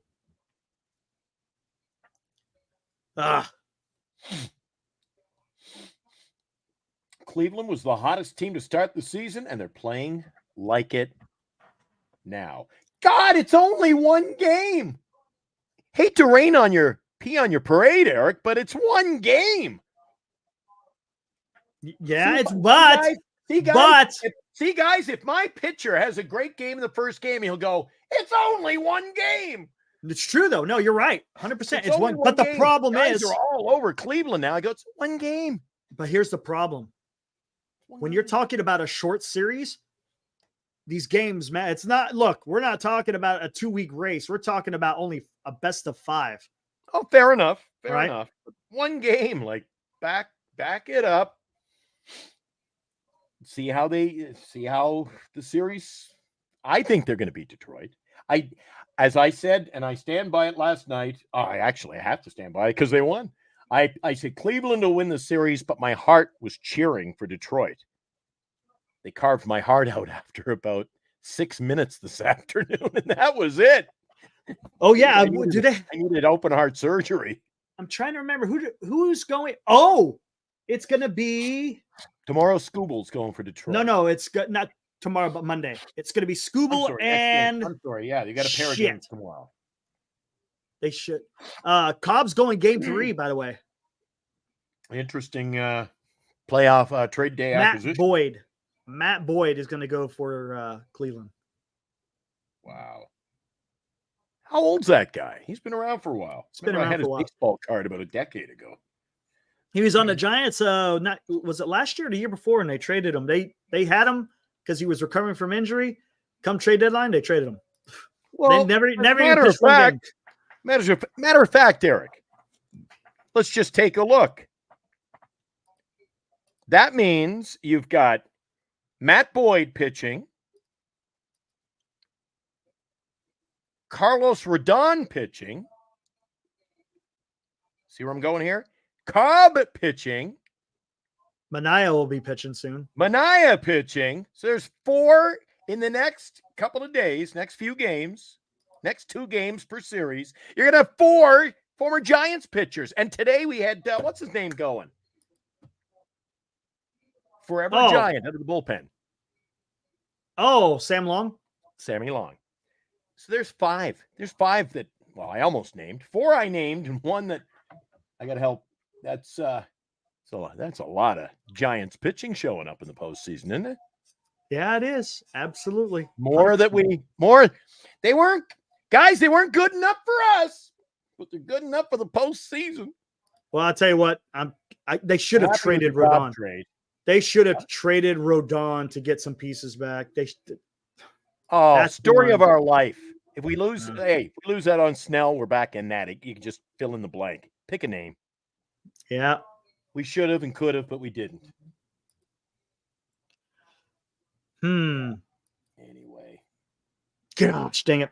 I'm guessing there ain't going to be any Giants news probably for a while. Probably until after the playoffs, maybe. Usually when the playoffs kick off, usually big transactional type things will kind of not really be made. There'll be rumors. There'll be stuff going out there. Don't get me wrong, but it should be interesting. Innuendo? Yeah, like with the Giants, it's ever since the whole Posey thing, it's been kind of just quiet. I'm guessing they're doing their due diligence. We'll see. We'll see what happens, man. We'll see what happens. I think we got a quiet rundown. My question is, at what point do they get a GM?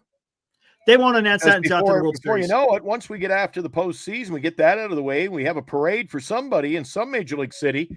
You're getting all the GMs getting ready to head out to the GM winter meetings. They're coming up next month. That'll happen. No, that won't happen until like first week of December, usually. I thought it was the last week in November. Are you sure? Let me take a look. Let's see where it's going to be this year. Let's see. 2024 MLB GM meeting. 2024 Dallas, Texas, Eric. Oh, nice. December 9th. There you go. 12th. First week. So what's going to happen is Eric is correct. Ring one up for Eric. Savor the flavor. Hasn't happened lately, so enjoy it. Exactly. So what happened is after the World Series, because the World Series will end sometime in the end of October, then the Giants will shortly after that will probably announce who their GM is before the winter meetings, and then we'll start cooking from there, man. Then let the fun begin. Yes. Let the drawbridge down and the stampede. Here's a question, guys. Anyone out in the chat? Did they make any announcement on who's going to be the director of player personnel, or are they just going to probably leave that to the GM? They really haven't made an announcement on that, right? I think a lot of those decisions will be made by the GM. That's what I'm thinking. So they may hold on to him, they may not. So I guess that's subject to change. And Eric, I know there's, the camaraderie when Buster was announced. There's camaraderie, and there was no chat about, hey, you get a new GM in here. Don't think he won't make some changes as he sees fit. Oh, yeah. Well, yeah, I'm pretty sure Buster will probably give him a certain amount of leeway. Hey, this is what I want you to be able to do. Go ahead and get it done. Yeah, I'm sure there'll be that will be discussed. I'm sure that will be discussed. Michael Morse, one of my favorite Giants of all time, hit that magical home run against the Cardinals. One of the greatest calls by Johnny Miller. Yeah, it was great. Yeah. He came out for the curtain call. Do you remember that game, Eric? And he came out, rambunctious. And then I thought that was a more memorable home run than Ishikawa's. And I know Ishikawa's won the game, but Michael's got us back in the game, and he hit it. It got you into that game. It allowed for that moment to happen for Ishikawa. Yeah. Yes. Yeah. Gosh, man. Yeah, it's going to be really interesting just to see how this is all put together. Bernice had a chance to meet him, by the way. Ishikawa. Who, Michael Morse? Oh, Ishikawa. Oh, she's in love. Listen, she already told me. If Michael Morse asks to date her, wants to marry her, and she goes, I love you, but I've got to leave you. Oh, Michael Morse or Ishikawa? Michael Morse. Yeah, she loves Michael. She goes, I love you, but I'll leave you for him. And Ishikawa, she got to meet him. Guess where? I give up. Oh, Eric, you're letting me down. Bernice had a chance to meet Ishikawa at Lefty's in Burlingame at the Giant Autograph Hey. Session, where I have a ticket to that game now signed by him. Nice. Sweet. Yeah, a guy called me up and he says, I have 100 tickets from that game. Do you want them? I said, how much? I think he charged me $25 for 100 tickets to that game. Wow. So I got a bunch of autograph, gave them away to people. I gave actually Jimmy over at Lefty's. I gave him a handful. I was the king for the day. I was giving tickets away. It was Yeah. I'm one of those guys who gets a deal, and then on Christmas morning, I'm like, big spender. Yeah. Nice. Everybody's got an uncle like that, right? Yeah. I regifted, but nice gift. Ishikawa, Crawford, Morris, Posey, all clutch home runs. Indeed. That was Indeed. a special time. And you man. know who had some of the most majestic, for me, I thought some of the most, who do you think, Eric, had the most majestic home runs in the last decade? The most majestic? The most majestic home runs. Combination Good of one. grace and power. Man, never really thought about that. For me, without a doubt, for me, it's Madison Bumgarner. He could grip it and rip it. And when he launched one, they were beautiful. There's actually a YouTube video, guys. Check it out. Just put in Mad Bum home runs, and everyone plays after the other from his first career to his last career. They are magical. Kyle called it. Nice. It's pretty good, Kyle. Pretty good. Nice. Yeah. Now that you mentioned that, when he connected with one, they were pretty damn special. And I have a ticket to every home run he hit except his last one. Yeah, I couldn't get it because they went digital. I couldn't get a ticket, so that kind of screwed that. But so yeah, that's the only thing that stuck with digitation these days, right? No media guides, no tickets. I get to the game and then my app, because my app is Canadian. So I'm like, I live just down the street. And they're like, yeah, your address is so and so and so. I go, yeah, just over here. See, I live right in that house right there. I live in that condo. They go, well, you got to get in with your app. It's called the MLB app, not MLB ticket app or MLB ballpark pass or something for my season ticket. Never will I spend more hours a season at the will call window trying to get a ticket every night. Wow. But it works out good. It's a lot of standing around, but all the magical moments, I'm the only guy in the ballpark's got a ticket. I'm serious. You go, you put out a call and say, who's got a ticket? Yeah, not very many people got tickets these days. For this first, Luciano's first game, McRae's first game, anybody's first career home run. Yeah, I got one. Yeah. Did you say the Canadian app won't work in the States? Did you say McRae's first game? Yeah. I got tickets from everywhere. The hardest Bumgarner ones to get were opening day around 17-ish. He had a pair of home runs opening day in Arizona. Yeah. What's up, Benji? Oh, yeah. Benji, a resident Dodger fan who was at the game today. So how was it, Benji? How was that? He must have had a great time. We were on the radio this morning, and it'll be rebroadcast on the radio at 6 a.m., 5 a.m. this morning coming up. Sunday morning at 5 a.m., the rebroadcast of Glenn and Eric. It was a good show this week, by the way. You did a good job, Eric. Appreciate it. Thanks.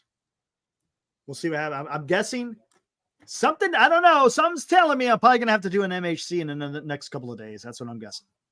Look, doesn't take a scientist to figure that one out. Yeah, look at that. Ohtani home run took out 2 to 3 years worth of frustration. Dude, where were you sitting, Benji? Where were you sitting, dude? Gosh, dang it, that must have been awesome. Another game. Tommy Hey, was Benji, in New York. did you Benji take was any in pictures? LA. If you took any pictures, send the pictures to giantssportstalklive@gmail.com. I'll put them up here. Yeah, that'd be great. Section 3DF right behind the catcher. So were you on TV? Get the heck out. I'm going to go watch my MLB package. Rewind it. What were you wearing? I want to see you. Like right behind the catcher, or are you up high? Or are you up high behind the catcher? Yeah, I sit behind third base. About 300 rows behind third base. Just behind the TV. So where was that at then? How many rows back is that, Benji? So are you telling me Benji's rich? Because don't all the TV stars sit down there, Eric? I saw Dave Winfield was at the game. Maybe Benji is a celebrity. Maybe Benji. Yeah. In field view, but behind the first. Ah, gotcha. So he was just out of view of the TV. That's still beautiful. Freak. Man, you had a bunch of foul balls go back that way, Benji, during the game. You get one? So is Benji like an alias? If we got we probably got some like LA superstar on here, some TV star, movie star. You're just using Benji as an alias. That's what it is. That is freaking awesome. Dude. I couldn't afford those. See, all right, Benji, if you're open to tell us, what kind of cost is it to sit down there? In field view, what was it cost to sit there for a playoff game at Dodger Stadium? Brad Pitt was there. Cheap. That's who it is. Benji's Brad Pitt. Oh, man. That's freaking awesome. You got pictures, Benji? Here, send it right here, dude. There you go. I'll put them up on the damn screen, man. That would be cool. Nice, Kyle. That would be cool. He was 11 rows back behind the catcher during 2014. That's awesome, dude. Who isn't rooting for the Dodgers? $7,000. What's up, $7,000? Good to see you. Haven't seen you here before, but welcome to the fraternity that we call Giant Sports Talk Live fraternity. Holy crap. Someone had a family emergency, so they hooked me up with a ticket for 450 bones. That's a hookup? That's not a hookup, but I get what you're saying. Yeah. I get what you're saying. In other words, they said, you can have the tickets, but we're going to charge. Yeah. It sucks that it had to be a family emergency, though, dude. Right. That does suck. Atmosphere must have been great. Great. So, geez, he was literally close. Look how close he was to those guys. Ohtani Mo G was at the Brian Johnson game. Man, dude. Wow. That must have been awesome. That is awesome, Benji. Damn. That's a great moment. Always good when somebody else is paying. That's a great moment you'll never forget, dude.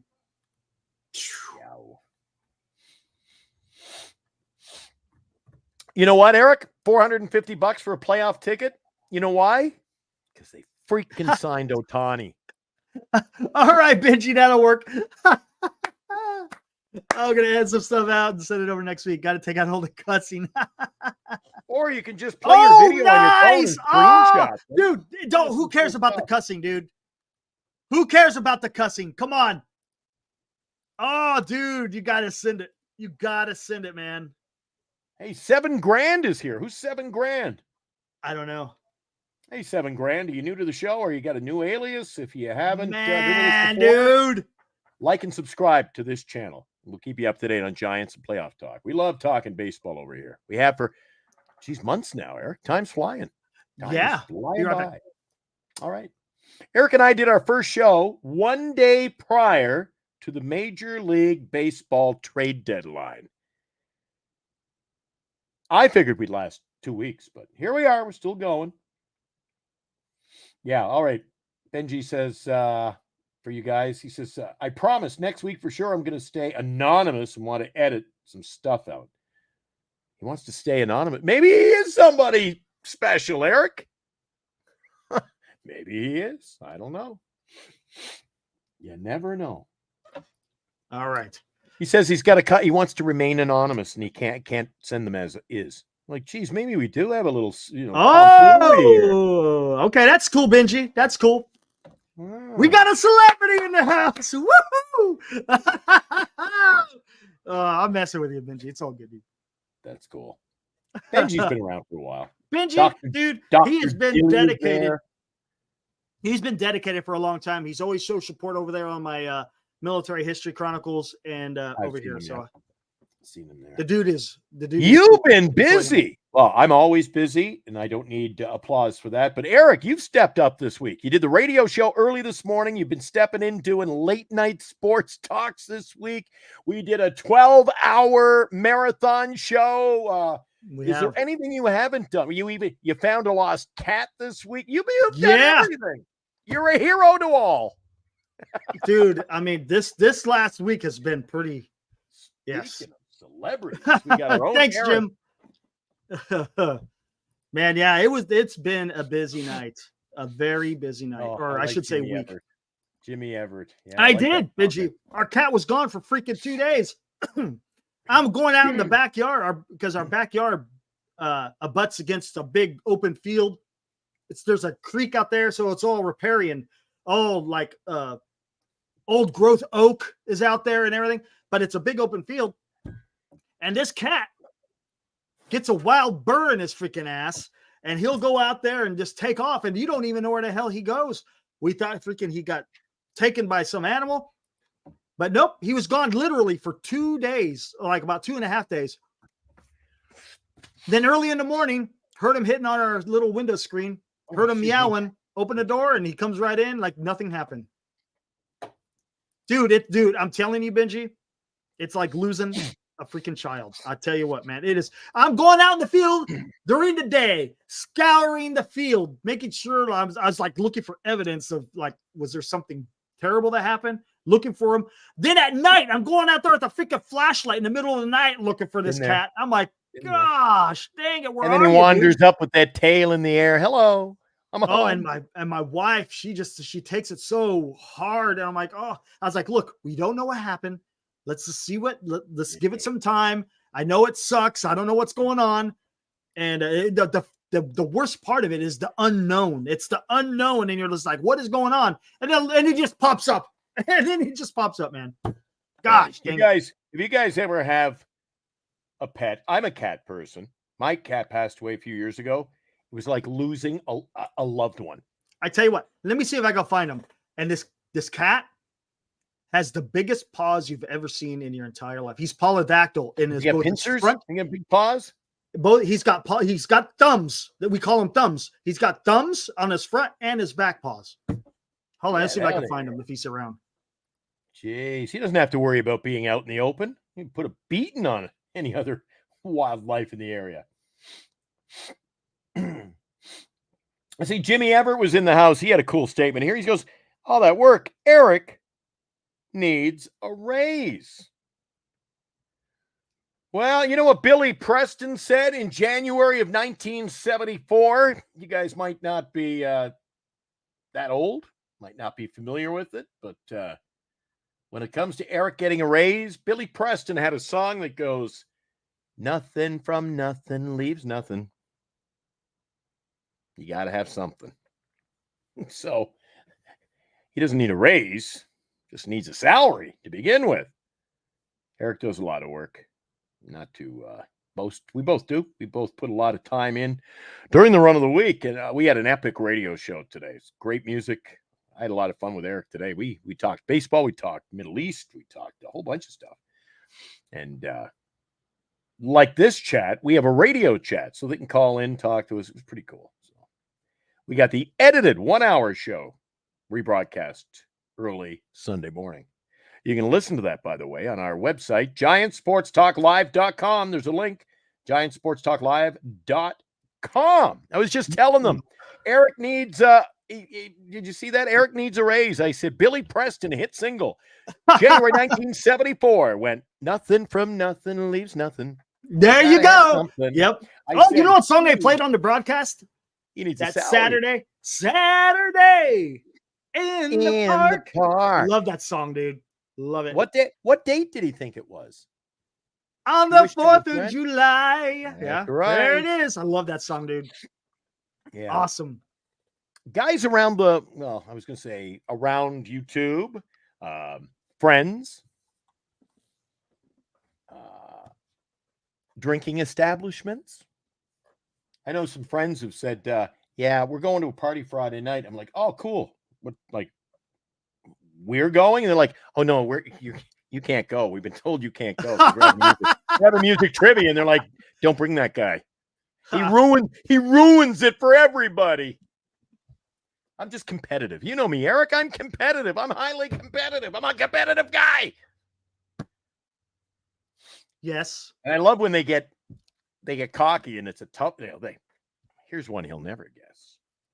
Who wrote and performed one line in the hit single? I'll go, oh, that was Alice Cooper, but he wrote it for, Bette Midler. That was 1978. They're like, that's it. He's not coming to the party anymore. I was like, uh-oh, something's going on. I've seen a lot of people talking about what's going on with Cal in Miami. What's going on with that, Senior? Oh, I think it was pretty lopsided for a while. Cal was up on University of Miami. Yeah, what's going on? Anyone got it? What is the details? We could cover it. Why not? I think we're all baseballed out for today. Eric, there's 37 seconds left, and it's 38-32. Oh.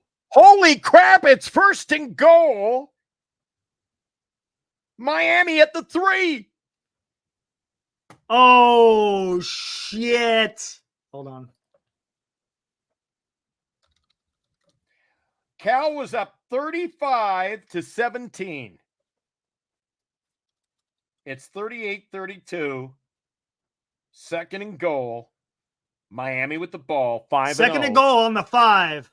At the 5. Yo, are you watching it? Nope. Here, I'll do the generic. Here we go. This is. Well, you know how many players are up on the field, Eric? Jeez, there we go. I'd love to do this one with the dots. You'd think there's a Royal This is Rumble worse than the on. dots. This is worse than dots. This is a line that goes back and forth in the upper right-hand corner, and all you got is those little. I saw this that. is worse than dots. Have you ever watched the like I call it the dot broadcast? I don't even know what the hell you call it. Have you ever watched the football version? So when the quarterback throws the ball, all they do is it goes yelp and they yelp. Yeah, moves down. Baseball dots is the best. Baseball dots is the best. Glenn, they were up 35-10. Wow. Is it a rumble? That was the greatest. Oh man, that was so great. Carter says we get screwed on the targeting call. Eric, I hope he knows his football better than baseball. Oh my gosh. You know who else is getting screwed? Oh, never mind. I'm not going to even go there. It's probably bad. The bad thing. There's some other people getting screwed by targeting calls, but not going to go there.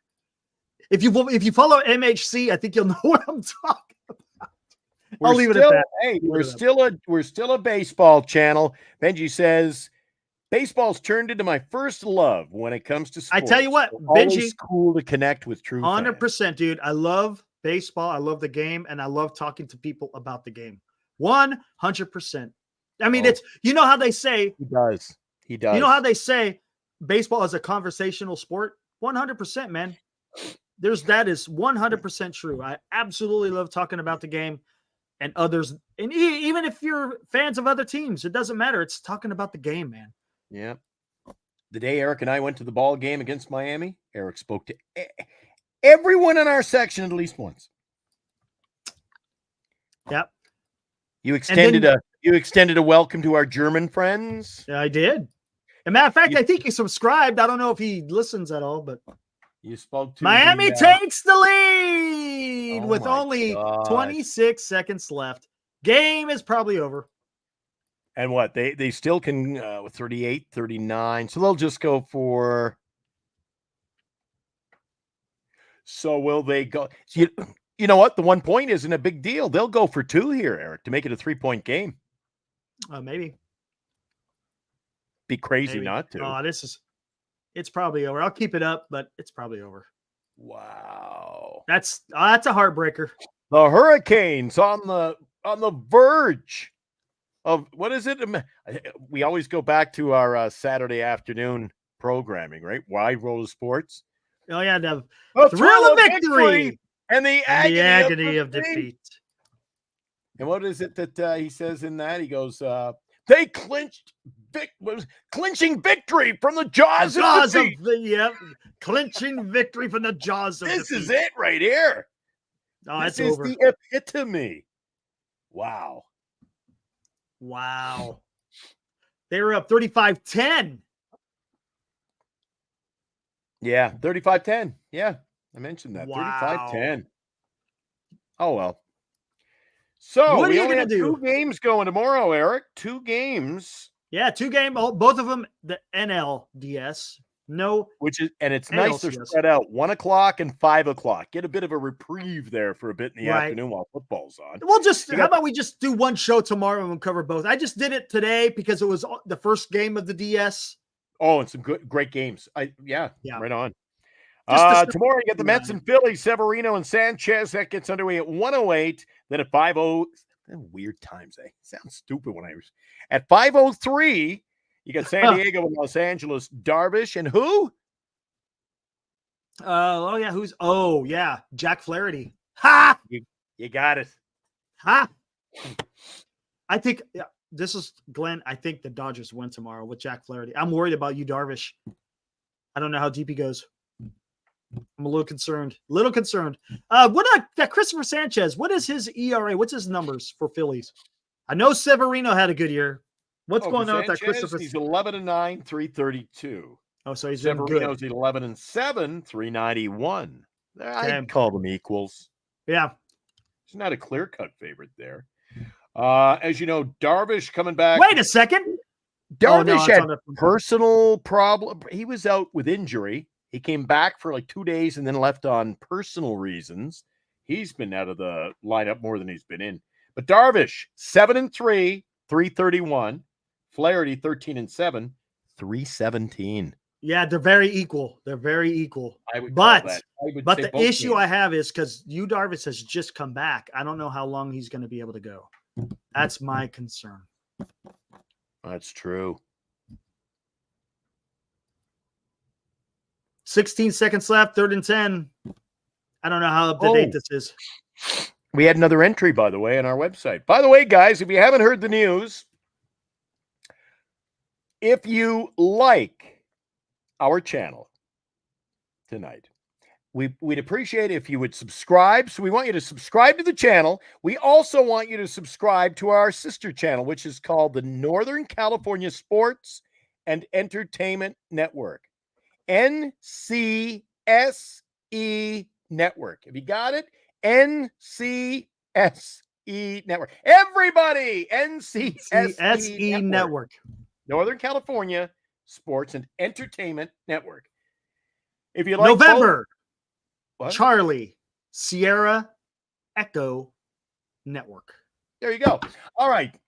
Oh, what? Okay, so if you subscribe to both channels, Eric, why don't you flip on the get the website address up for the folks at home? Yep.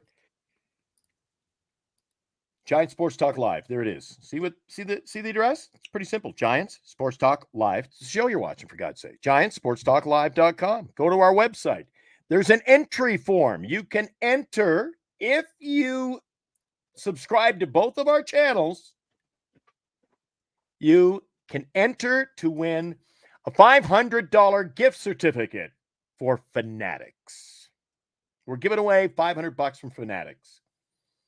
There you go. You know what? I think Johnny may need a $500 certificate to a window repair facility. Did you see what he said? What did he say? On a side note, my wife tore me a new one today because my 13-year-old were playing catch inside the house. And of course, the inevitable happened.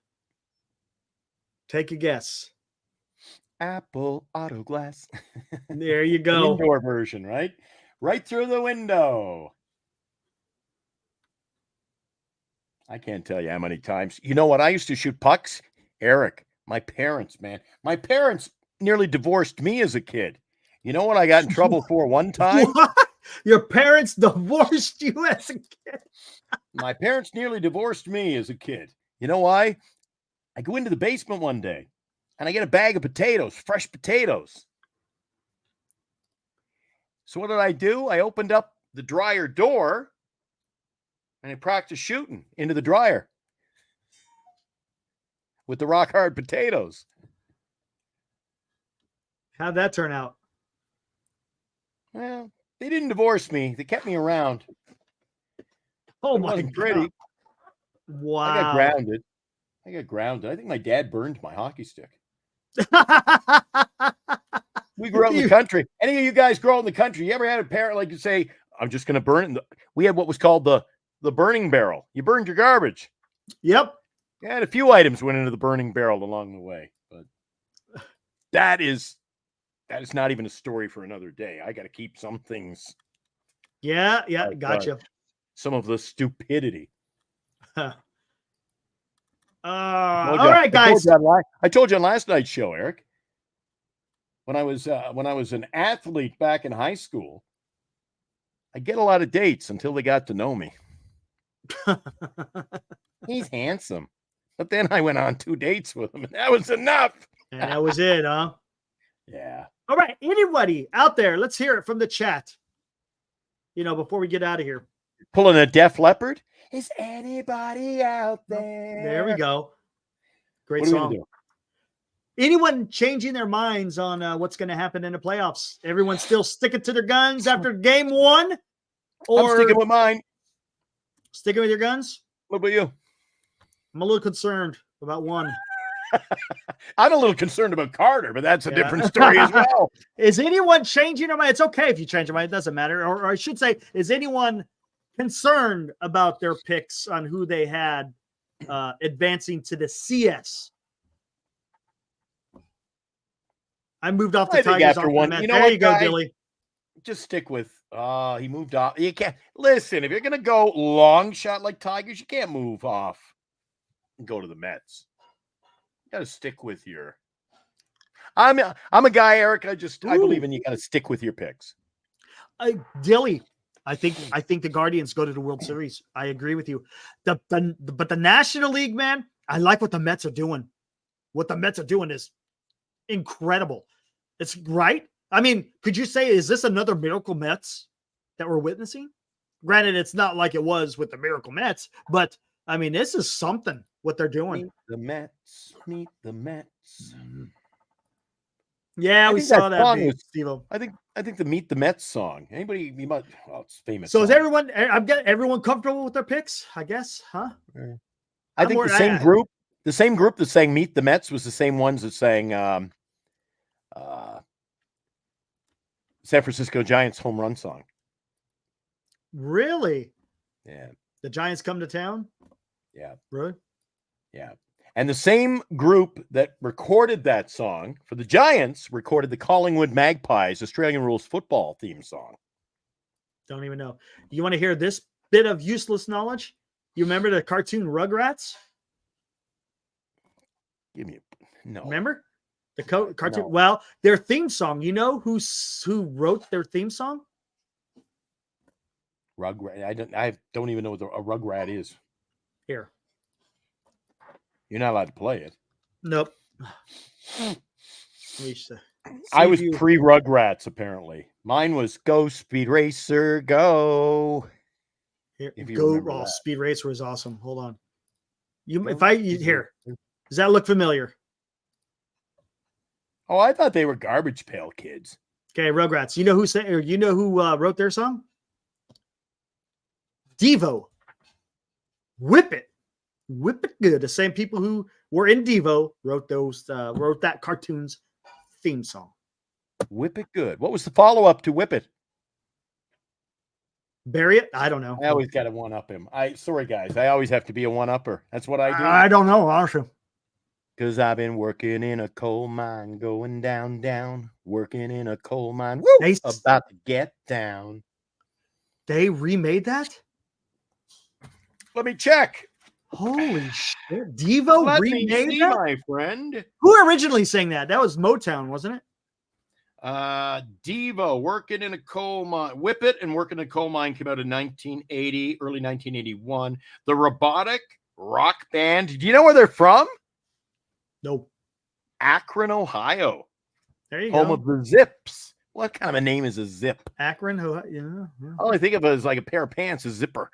Yeah, The Akron Zips. Johnny, yeah, it's weird. I remember they did that last year too. I don't know if it's just a scheduling thing in case of weather. I don't know. It's weird.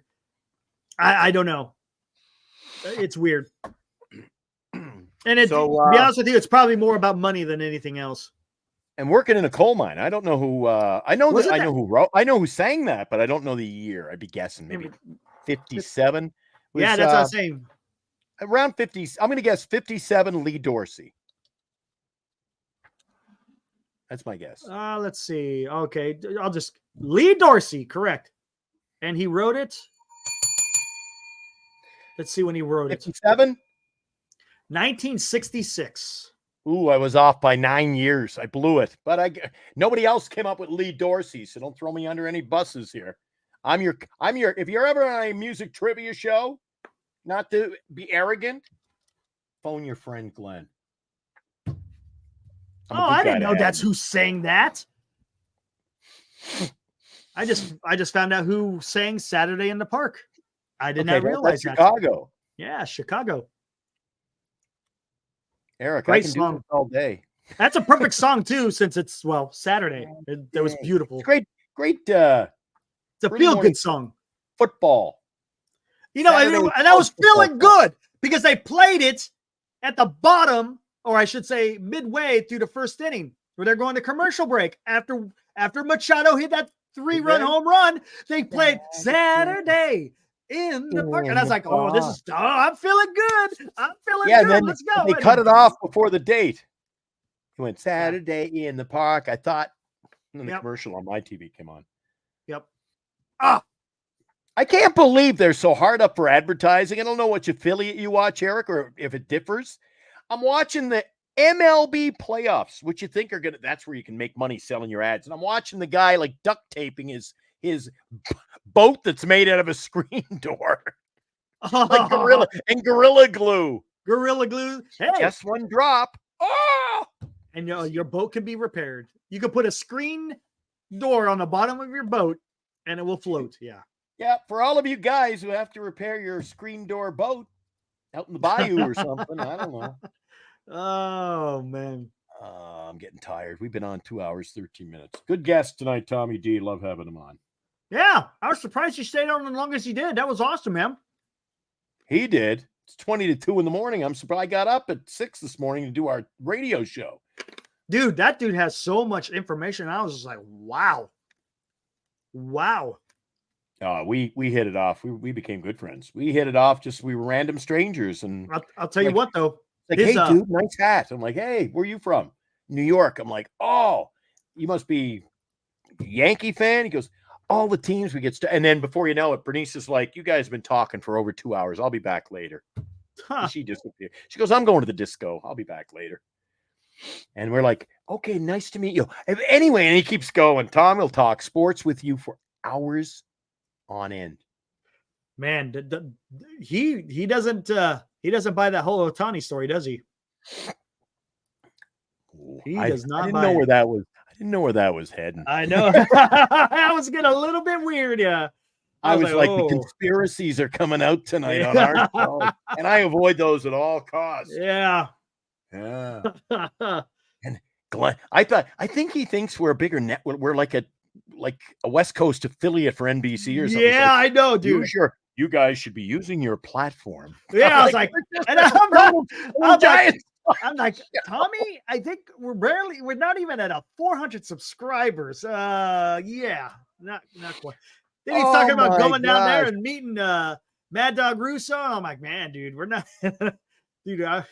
Yeah, and he's like, take the show on the road. Come over here to New York. Yeah, wow. We're gonna pack up the portable studio.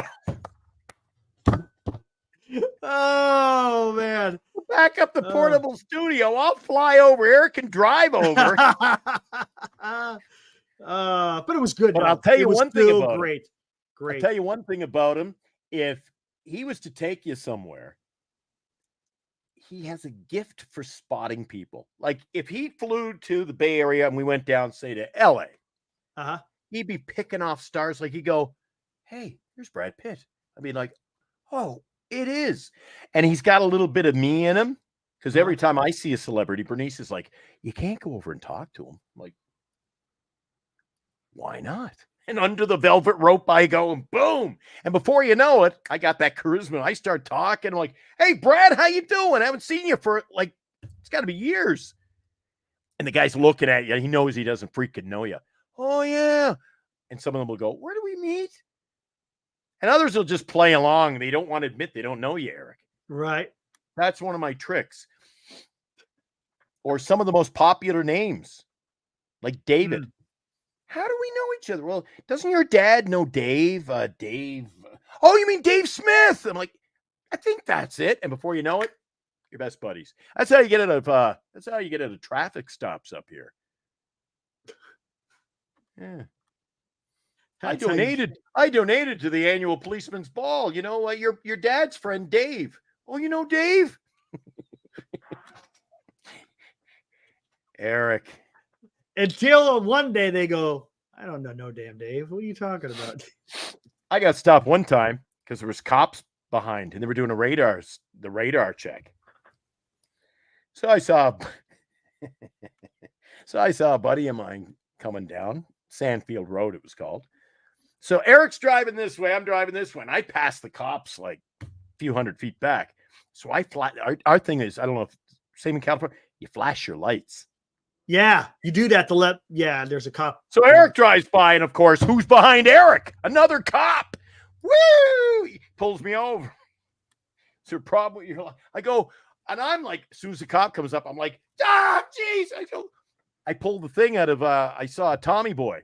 I go, yeah, I was driving along. He said there was 2 bees in the car, and it must have hit the lights. Anyway, guess what? He let me go. What is that infraction? What could it be?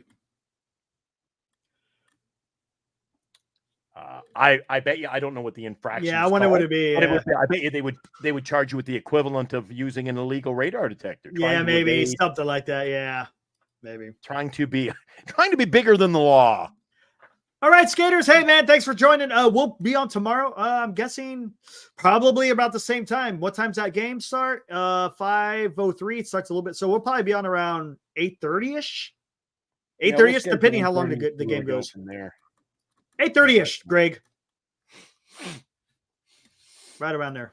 Oh, my sinuses are killing me today. Eric, the weather's so weird here that we've still got plants that are growing. They should be all dead and dormant for the winter here. That's crazy. Stuff like lilac. Morning. Are you doing a morning show? You're not doing a morning show, are you? Sunday morning shows are officially dormant as well. There you go, Greg. No mornings. I've been going on fumes since the 12-hour show this week. Eric and I did the radio morning show this morning. Then I did the baseball pregame. Eric and I did 4 post-game shows today. 4. I'm entitled to a day off. It's our channel, right? I'm taking the day off whether you like it or not, Eric. There you go. And by the way, I'm taking the first week in November off. He says, give me a Sunday morning slot. Hey, there you go. Greg says. Greg who? Greg. Skaters. Oh. I talked to him a couple times by email. He never got back to me. I figured he was passing on doing a show. Let's do it, man. You want to go for it? That'd be awesome, man. That would be awesome. Hey, Eric, I'll tell you one thing. If we get him a show, it'll be sponsored by BetterCreditCards.com. In the market for a new credit card, find the best credit card for you and apply easily and securely online. If you happen to find a show online and it's hosted by Skaters on Baseball, it'll be sponsored by BetterCreditCards.com, where you can find the best credit card for you. That's BetterCreditCards.com. BetterCreditCards.com. Tell you what, though. If he decides to do a show, there's going to be a little clause in the contract.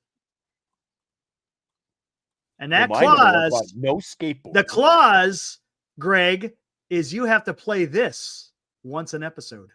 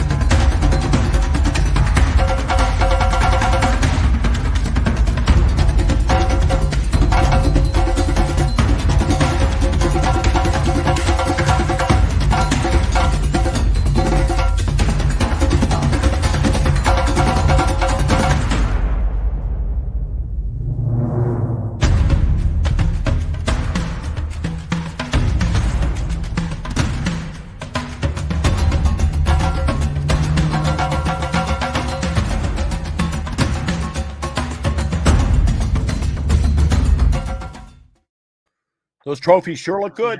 They sure do. Something the Dodgers don't know anything about, Robbie. Gnats. Get out of here with your gnats. Come on, gnats. Speaking of Robbie, I was What's up, curious Robbie? today. We haven't seen our old buddy, Robbie Duville on the He show. might have I been bet at the he game. does- He might have been does at the game. football. He He might does have been at the football. game. He does football. It's all good, over- Robbie, man. You're welcome here. Even if you are a Dodgers fan, we got a few Dodger fans that come. You're more than welcome. Maybe he's related to Gavin. But I will give you shit for calling the Giants gnats. Just saying. Oh hell yeah. Oh, the Jose Canseco home run derby thing. Was that today? I have no idea. Did you realize I guess the fight is still on against Mike Tyson and Jake Paul in November. No, skaters, you gotta just contact me and we gotta talk about it. You don't have to buy a StreamYard. No, yeah. If just you gotta want get you set up. if you want to do a show on Northern California sports and entertainment, then we're all good. If you want to do your own stuff, well then yeah. He does his own stuff, but I don't know what platform he uses, Eric. Yeah, I'm not sure. He does his own. He's got some cool shows, but Yeah. By the way, guys, go check it out. Skaters on Baseball, just like his name. He's got a YouTube channel. Go check it out. It's good stuff, man. You guys. hey, one sec. It's Jesus. It's 2 a.m. I need. All right, here, guys. Let me show you real quick. Show you what I'm talking about. Oh, look, he's got some new content up there too. I'm gonna have to check that out. There you guys go. Go check him out. Give him a subscribe. Look at that. You're at 50. You're at 50, Greg. Way to go, man. He's sitting at 54 subscribers. Go check him out. You like his stuff. Again, like I said, subscribe, hit that notification bell, give him a like if you like what you see. As you can see, he's got 3 days ago, Skaters on Baseball. Buster Posey is here to make memories again. I like that. I like that, Skaters on Baseball. That's awesome. But yeah, go check him out. Skaters on Baseball, a podcast with balls. I think you could catch him and Christian, who you will see in the chat occasionally as well. Good stuff, guys. Go check him out. I think Marcatna made a mistake. It must be the late hours for Marcatna. It says Glenn is a first ballot. Shouldn't that be Hall of Shamer? I think that's more like it. The Hall of Shame. Which one we're talking about? I don't know. You know what? I needed an ice cream, Eric. You know what? I got an ice cream in the damn. Oh, you know what I had last night? Oh, I bought me some jalapeno jelly. Listen to this jalapeno jelly. Mm-hmm. You get some crackers, you get Philadelphia cream cheese, you put the cream cheese on the cracker, put a little bit of the jalapeno jelly on top of it. Whoo! Oh. That's what differentiates Eric from I fire up the barbecue with a match. He's got to pour the liquid on the coals. He's got to move the coals around. I want an ice cream. I rip it out of the package. No mess, no fuss. Yum, yum, yum. I'm telling you, Too much dude, work for me. Too much it is work. absolutely fantastic. Crackers, cream cheese, jalapeno jelly. Whoo! Cook it You with should have that. seen how out of control I've been since I got my air fryer. Oh, air fryers are awesome, dude. Air fryers are awesome. If it can be air fried or barbecued, it's on my menu. Nothing wrong with Although when I'm in Winnipeg, now it's rare in the winter, but it's 40 below. The propane has a hard time flowing through the hose. So I have a hard time keeping the barbecue. And I'm out there like Bob and Doug McKenzie. I got the toque and the earmuffs on, trying to flip my burgers. that. Remember? Hey, I've had them on my show. I know those two guys. Do you? Yeah. Nice. Dave Thomas and Rick Moranis. Rick Moranis was actually before he became Honey Trumpet Heads. Yeah. He was he was a radio jock in Toronto on Chum FM. Yeah, CHUM, Chum FM. Hey, you hoser, eh? Take off. You got to watch Strange Brew. Watch the movie Strange Brew. I know. That's where I got the look. Yeah, remember? Take off, you hoser. Oh, my left knee. Yeah.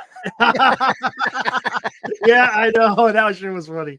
You know what? To Eric's Field of Dreams, that is my Canadian version of that would be Bob and Doug McKenzie's No one knows. Brew. Strange Brew, yep. What a movie. It's got a cult following up here. Oh, I bet. Elsinore, 12, 24. Yeah, that was funny, eh? Isn't that the name of the dog? Hoser? Yeah. Yeah. Right at the bottom of the big hill. I could squeeze your head like a nut, but I won't because I need you. Where is Rick Moranis? I don't even know what he's doing. I remember Honey Shrunk the Kids. Rick Moranis? Yeah, I don't know what happened to him. He kind of just disappeared. I haven't seen him in forever. No, I believe he's retired. But Dave Thomas writes the screenplays for a television show called Bones. Oh, really? Interesting. Yeah, he's a writer for that show. And he's appeared on like 6 episodes. Interesting. Cool. They started on the equivalent, which I always say is better and always will be, as your Saturday Night Live show called SCTV. Never heard of it. Yeah. Oh, you haven't? Oh, Chris, I did not know that. His wife died, so he quit acting to look after his kids. Well, good for him. I didn't know, and I haven't talked to him in Eric 15 years. Wow. Oh yeah, Ghostbusters. How do we forget Ghostbusters? Wow, I did not know that. Thank you for the update. It's a shame. It's a shame that song only comes out and gets airplay at Halloween. Yeah. Who are you gonna call? Oh, yeah. Should be playing that more often. Herbie Hancock. Chris Dadar said, why would the Padres not walk Ohtani when they had the 3-0 lead? Then they throw him that golf ball. I know, dude. Cease, dude. I don't know what was going through his mind. I thought it was stupid to hand a walk to Mookie Betts. Didn't it load the bases, Eric? I don't. Yeah, get they it. loaded. They walked Mookie Betts, who already had 2 strikes on him. Now I understand you wanting to put him on and try to pitch around him a little bit. You know, don't get cute. Just outside, see if he chases. He only need a strike, and they put him on. I thought that was the difference in the game. Anyway, who are we, Eric? Just fans. Although man. you and I think Tommy D is pretty smart, right? Yeah, Tommy D, man. Well, he said you and I should be GMs. I don't know about that. I'm going to question his sanity. I don't know about that. I don't know that. That was Will Smith that was walked. That's what Johnny said. You sure it was that? See, I don't remember that part. I might have missed that. Will Smith? Oh, don't talk about him. He'd be saying, Eric, keep my name out your mouth. We are Mets fans. Imagine being Will Smith the day after that. Yeah, I know. I am in no way associated. All right. You know what? I think we've got. It's so humid here, Eric. Guess what? Thunder and lightning. Hey, there you go. Oh, that's going to be even worse. Here comes the thunder. And then the winds pick up. Then we lose the internet or the power for it goes on and off. And oh, jeez. Well, I think we've gone long enough. We've gone through 2 hours, 30 minutes. I think it's good to go. Thank you. I've been waiting. Thanks. Yeah. All right, guys. Tune in tomorrow, 8 o'clock. Well, no, not 8 o'clock. It's probably going to be 8:30, between 8:30 and 9 o'clock after the last out recorded in the Dodgers and Padres game. And guys, I just want to go on record right now on a Saturday night, October the 5th. It's actually Sunday here. So for all intent and purposes, Sunday, October 6th at 2 in the morning. Eric and I had agreed that in the postseason, we would do shows about an hour long because we were going 2.5 during Giants season. He goes, this will be great. Postseason, talk for an hour. We're doing longer shows now. 2 hours and 32 minutes. When you get guests on, it kind of extends it a little bit. But that was good. All right, I'll give you credit for that one tonight. Pull that out of your hip pocket. How about that? Yeah, Tommy, in my opinion, I don't know about you, Eric, but I'm gonna supersede your decision making if you say he can't come on because I think he's a great. Oh no, guest. Dude! I think he's fantastic, man. I think you bring him on anytime. Sounds like he's a wealth of knowledge on a lot of things. He'd be a good host over on Northern California Sports and Entertainment Network. Yeah, he would. And don't forget, guys, subscribe to our channel here and go over to Northern California Sports Network, Entertainment Network. What's the call sign, Eric? NCSE Network. That is November Charlie Sierra Echo Network. Yeah. Once you've met the requirement. No, not .com, but that's the Twitter. Yeah. Once you've met the requirement of subscribing to both channels, you then go to put up one more time before we go out, if you don't mind, Eric. Oh, the website? Go to GiantsSportsTalkLive.com. That's I feel like I'm reading this better credit cards. GiantsSportsTalkLive.com. That's GiantsSportsTalkLive.com. Fill out the entry form. You could win. We're giving away a $500 gift certificate that you can use to buy your merch. Maybe somebody special like Christmas. There you go.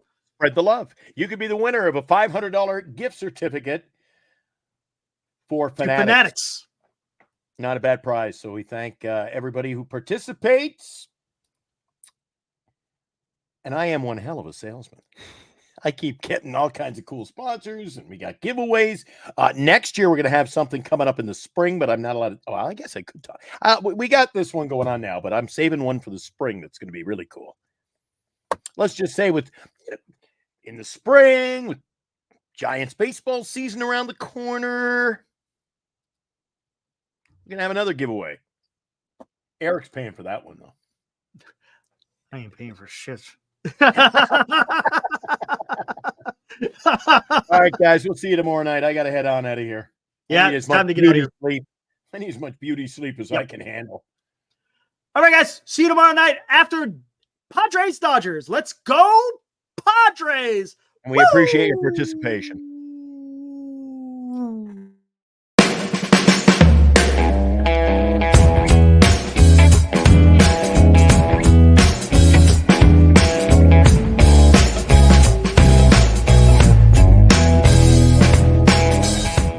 You've been watching Giant Sports Talk Live with Eric and Glenn, a Northern Lights Entertainment Broadcasting production.